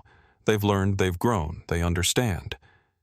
But then they get out, and they go right back to the same behavior, because understanding intellectually isn't the same as changing who you are fundamentally." Hammond nods because this is the fear he's wrestled with during his months of classes and reading and self-examination, that all of this might be temporary, that he might revert to his old patterns once he's out of prison and back in situations where his biases could operate unchecked. "I don't know if I've changed fundamentally," he admits with more honesty than most people manage in these dialogues. "I can tell you that I'm taking every class the prison offers on racial justice and restorative justice and bias awareness. I can tell you that I've been writing to Aaliyah for 18 months, trying to answer her questions honestly. I can tell you that I volunteer to speak to new officers who visit the prison about what happens when you let bias control your actions. But I can't prove to you that I'm different until I'm in situations where I have power again, and I'm banned from law enforcement for life. So I'll never be tested in exactly the same way." "What will you do when you get out?" Aaliyah asks, still watching him with her careful attention. "How will you make sure you keep doing the work, and don't just go back to who you were?" Hammond has thought about this question extensively because his release is still 6 years away, and the question of who he'll be when he emerges from prison is both terrifying and motivating. "I've been talking with the Davis Justice Initiative about working for them when I'm released," he says, glancing at Judge Davis to see her reaction. Not as an attorney or investigator, obviously, but as someone who can train police departments about bias and accountability from the perspective of someone who failed at both. "I've been told that my story, if I tell it honestly without defensiveness, can be powerful in helping other officers recognize their own biases before they hurt someone." Judge Davis hadn't known about this potential arrangement until this moment, and she feels complicated emotions about the idea of the man who assaulted her working for the organization she founded with settlement money from that assault. But she also recognizes that if his transformation is real, if he's genuinely committed to preventing other officers from following the same path he took, then his participation in police training could be valuable in ways that purely academic anti-bias training often isn't. "If you work for my organization," she says slowly, "you'll be accountable to people who understand exactly what you did and won't accept half measures or performance. You'll have to tell your story honestly, including the ugly parts, including the betting pool and the celebration of my assault as a victory." "Can you do that?" "I can," Hammond says. "I need to, because if I don't, if I minimize what I did or try to make myself look better than I was, then I'm just performing remorse instead of living it." The dialogue continues for another 90 minutes, with Dr. Chen carefully facilitating as Judge Davis asks questions, and Hammond answers them as Aaliyah interjects when she thinks Hammond is slipping into defensive language or avoiding difficult truths, as all three of them sit with the discomfort of confronting violence and its aftermath without the usual scripts that let people avoid really seeing each other. Near the end, Dr. Chen asks Judge Davis if there's anything else she needs Hammond to hear, and Judge Davis considers this carefully before responding. "I want you to understand that I don't forgive you," she says clearly. "I may never forgive you, Forgiveness isn't something you're entitled to just because you've done some reading and taken some classes. But I do believe you're trying to change, and that matters. It doesn't undo what you did. It doesn't take away my scar or my pain or the trauma I'll carry, but it creates the possibility that something good might come from something terrible. She stands, indicating that for her the dialogue has reached its natural conclusion, and Hammond stands as well, unsure of the protocol, but knowing he wants to say one more thing before she leaves. Your Honor, thank you for giving me this chance to speak directly to you, he says. I know I didn't deserve it. I needed you to know that I see you now, as a person, as someone who deserved respect and didn't get it. And I'm sorry. The apology hangs in the air, neither accepted nor rejected, simply acknowledged as one more step in a long process of accountability that doesn't have a clear ending. Judge Davis nods once reaches down to squeeze Aaliyah's shoulder in gratitude for the child's persistence and moral courage, and walks out of the room with her head held high despite the tears still drying on her face. 5 years have passed since that March morning when Brett Hammond's knee pressed into Judge Monique Davis's back, while blood pooled on stainless steel beneath her cheek. 5 years that have transformed the lives of everyone connected by that violence in ways both expected and surprising. And now, Hammond stands before a classroom of 40 new police recruits at the Charlotte Police Academy, telling them exactly what he did and exactly what it cost him, with the unvarnished truth that has become his only path toward redemption. The scar tissue of his past is visible in every carefully chosen word and the way his voice still catches slightly when describing the moment Judge Davis's glasses shattered against the screening table and how he forces himself to play the 7-camera footage, showing his assault without looking away, even though he's watched it hundreds of times now, and it never gets easier to see himself at his worst, captured in high definition from every angle. 5 years ago, I assaulted a federal judge at Charlotte Douglas International Airport because I saw a black woman in an expensive suit and decided in 3 seconds she didn't belong in the pre-check line. He begins the same way he begins every presentation, refusing to soften the truth or hide behind euphemisms that might make his audience more comfortable, because comfort is the enemy of the change he's trying to create in officers who are just beginning their careers and still believe they're immune to the biases that destroyed his. The recruits sit in uncomfortable silence as he plays the synchronized footage from 8 different angles, including his own body camera. Watching Judge Davis present credentials that Hammond dismisses without examination. Watching her comply with every instruction while he escalates to violence. Watching the blood begin to flow while a 9-year-old child cries in the background, asking why he's hurting someone who didn't do anything bad. Several recruits flinch when the audio plays Hammond's voice saying, "You people always think you're above the law." And one young black recruit in the front row looks away entirely, because watching this reminds him of every interaction he's had with police throughout his life where officers saw his skin color first and his humanity second. When the footage ends, Hammond doesn't immediately continue speaking, lets the silence stretch while the recruits process what they've just witnessed, and then he asks the question that he needs them to answer for themselves.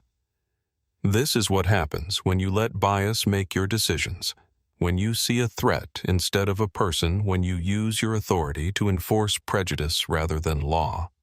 I can't undo what I did. I served 9 years in federal prison, and I'm banned from law enforcement for life, and Judge Davis will carry my violence in her body for the rest of hers. But I can make sure you never become what I was by teaching you to recognize bias before it controls your actions, to question your assumptions before they hurt someone, to understand that the badge gives you power but not wisdom, and certainly not the right to decide who belongs where based on skin color. Hammond has been working for the Davis Justice Initiative for 2 years now since his release from prison, 3 years into a 5-year supervised release period, during which any violation of conditions could send him back to federal custody for the remaining term of his original sentence, and the organization's decision to hire him was controversial, both within their staff and among civil rights advocates who questioned whether someone who committed such egregious violations should be given a platform to speak about accountability. But Judge Davis argued successfully that Hammond's story, told honestly with all its ugliness exposed, carries weight that purely academic anti-bias training never achieves. That hearing from someone who destroyed his own life and harmed others through unchecked prejudice creates a kind of impact that statistics and case studies and policy discussions simply can't match. The recruits he trains will remember the footage of Judge Davis bleeding, will remember Hammond's voice breaking as he describes the moment he realized that the little girl's question, "Do you want to change?" required an answer that he wasn't sure he could give. Will carry his story as a cautionary tale about what happens when you wear a badge, but forget your humanity. Judge Monique Davis sits in her Fourth Circuit chambers reviewing the latest statistics from the Davis Justice Initiative, now operating in all 50 states with a 94% success rate in discrimination cases and a staff of 47 attorneys who have recovered over $180 million in settlements and judgments against departments and corporations and institutions that violated civil rights. And she allows herself a moment of satisfaction knowing that the money from her own settlement has multiplied into resources that have helped hundreds of people fight back against injustice they couldn't have challenged on their own. The physical scars have faded, but remain visible, the thin silver line beneath her left eye still drawing occasional questions from people who don't know her story, and her shoulder still aches on cold mornings or after long days of writing opinions. These permanent reminders that credentials don't protect black women from violence. When the person holding power values their authority more than her dignity. But she's transformed that violence into action, using her platform to advocate for police reform that goes beyond superficial gestures to fundamental restructuring of how departments handle complaints and supervise officers, and create cultures of accountability rather than cultures of protection. Charlotte Douglas International Airport's rebuilt police force has gone 5 years without a single sustained civil rights complaint under the new leadership and civilian oversight that emerged from the consent decree requiring comprehensive reforms, and every officer now wears body cameras that can't be turned off, and every stop is reviewed by an independent board, and mandatory bias training happens quarterly, using Hammond's testimony as the foundation for discussions about what never to become. Aaliyah Wright stands beside Judge Davis at a scholarship ceremony where she's receiving a full academic scholarship to study criminal justice at Howard University. This 16-year-old girl who witnessed violence at age 9 and responded by asking the one question that mattered most. Do you want to change now, preparing to spend the next 4 years studying the systems that both failed and eventually worked in the aftermath of that assault, determined to build a career around making those systems work better and fail less often? She's written a college entrance essay that her English teacher called one of the most mature and insightful pieces of writing she's encountered in 20 years of teaching, an essay that begins with that March morning at the airport and follows the journey from witnessing violence to corresponding with the man who committed it, to watching him transform through the hard work of examining biases he'd never questioned. And the essay concludes with a meditation on whether justice should focus solely on punishment, or whether it should include the possibility of redemption for people willing to do the genuine work of change. Judge Davis reads the essay with tears in her eyes, recognizing that this girl who stood crying in an airport checkpoint has become a young woman with wisdom beyond her years, and she knows that Aaliyah will go on to do extraordinary things. Not despite the trauma she witnessed, but because she refused to let that trauma turn her cynical or bitter or despairing about the possibility of transformation. On the 5-year anniversary of the assault, the three of them, Judge Davis, Hammond, and Aaliyah, participate together in a documentary produced by the Davis Justice Initiative about restorative justice and police accountability. And Aaliyah publishes an op-ed in the Charlotte Observer titled, "The Question I Asked When I Was 9, reflecting on how a child's simple inquiry about whether people who do terrible things can change has become the organizing principle of her understanding about justice and mercy and the difficult possibility of redemption earned through genuine transformation. Her answer, after 7 years of watching Hammond work to become someone different, after seeing Judge Davis channel her pain into systemic change, after participating in a process that emphasizes understanding over vengeance and healing over purely punitive consequences. Yes, people can change, but only if we demand they do the work, not just say the words, and only if we create systems that hold them accountable while still leaving room for the possibility that they can become better than the worst thing they've ever done. Hammond's story is now taught in criminal justice programs across the country as a case study in both the catastrophic consequences of institutional racism and the uncertain possibility of redemption through restorative justice, and the 7 security cameras that captured his assault have forced a reckoning not just for one officer, but for entire departments that protected misconduct while ignoring the voices of people who tried to sound alarms about patterns of abuse that were obvious to anyone willing to see them. And in the end, what changed everything wasn't just the cameras or the verdict or the 9 years Hammond spent in federal prison learning to see himself clearly. For the first time in his life, it was a 9-year-old girl who refused to accept that people were beyond saving who wrote letters to a man who didn't deserve her faith, asking him the one question that mattered most, who believed against considerable evidence that transformation was possible if someone was brave enough to do the work rather than just perform remorse, and who demonstrated through her own moral courage that sometimes the most powerful force for justice is someone young enough to still believe that people can choose to be better than they are, and brave enough to demand that they make that choice not through words alone, but through the difficult daily practice of examining bias and choosing differently, and never forgetting that every person you encounter deserves to be seen as fully human, regardless of the color of their skin or the assumptions you carry about who belongs where. If this story moved you, please subscribe to our channel and share your thoughts in the comments about how conversations across difference have changed your own perspective. And let us know where you're watching from, because building bridges of understanding happens one dialogue at a time when people choose courage over comfort and transformation over the easy path of maintaining the status quo that protects power at the expense of dignity.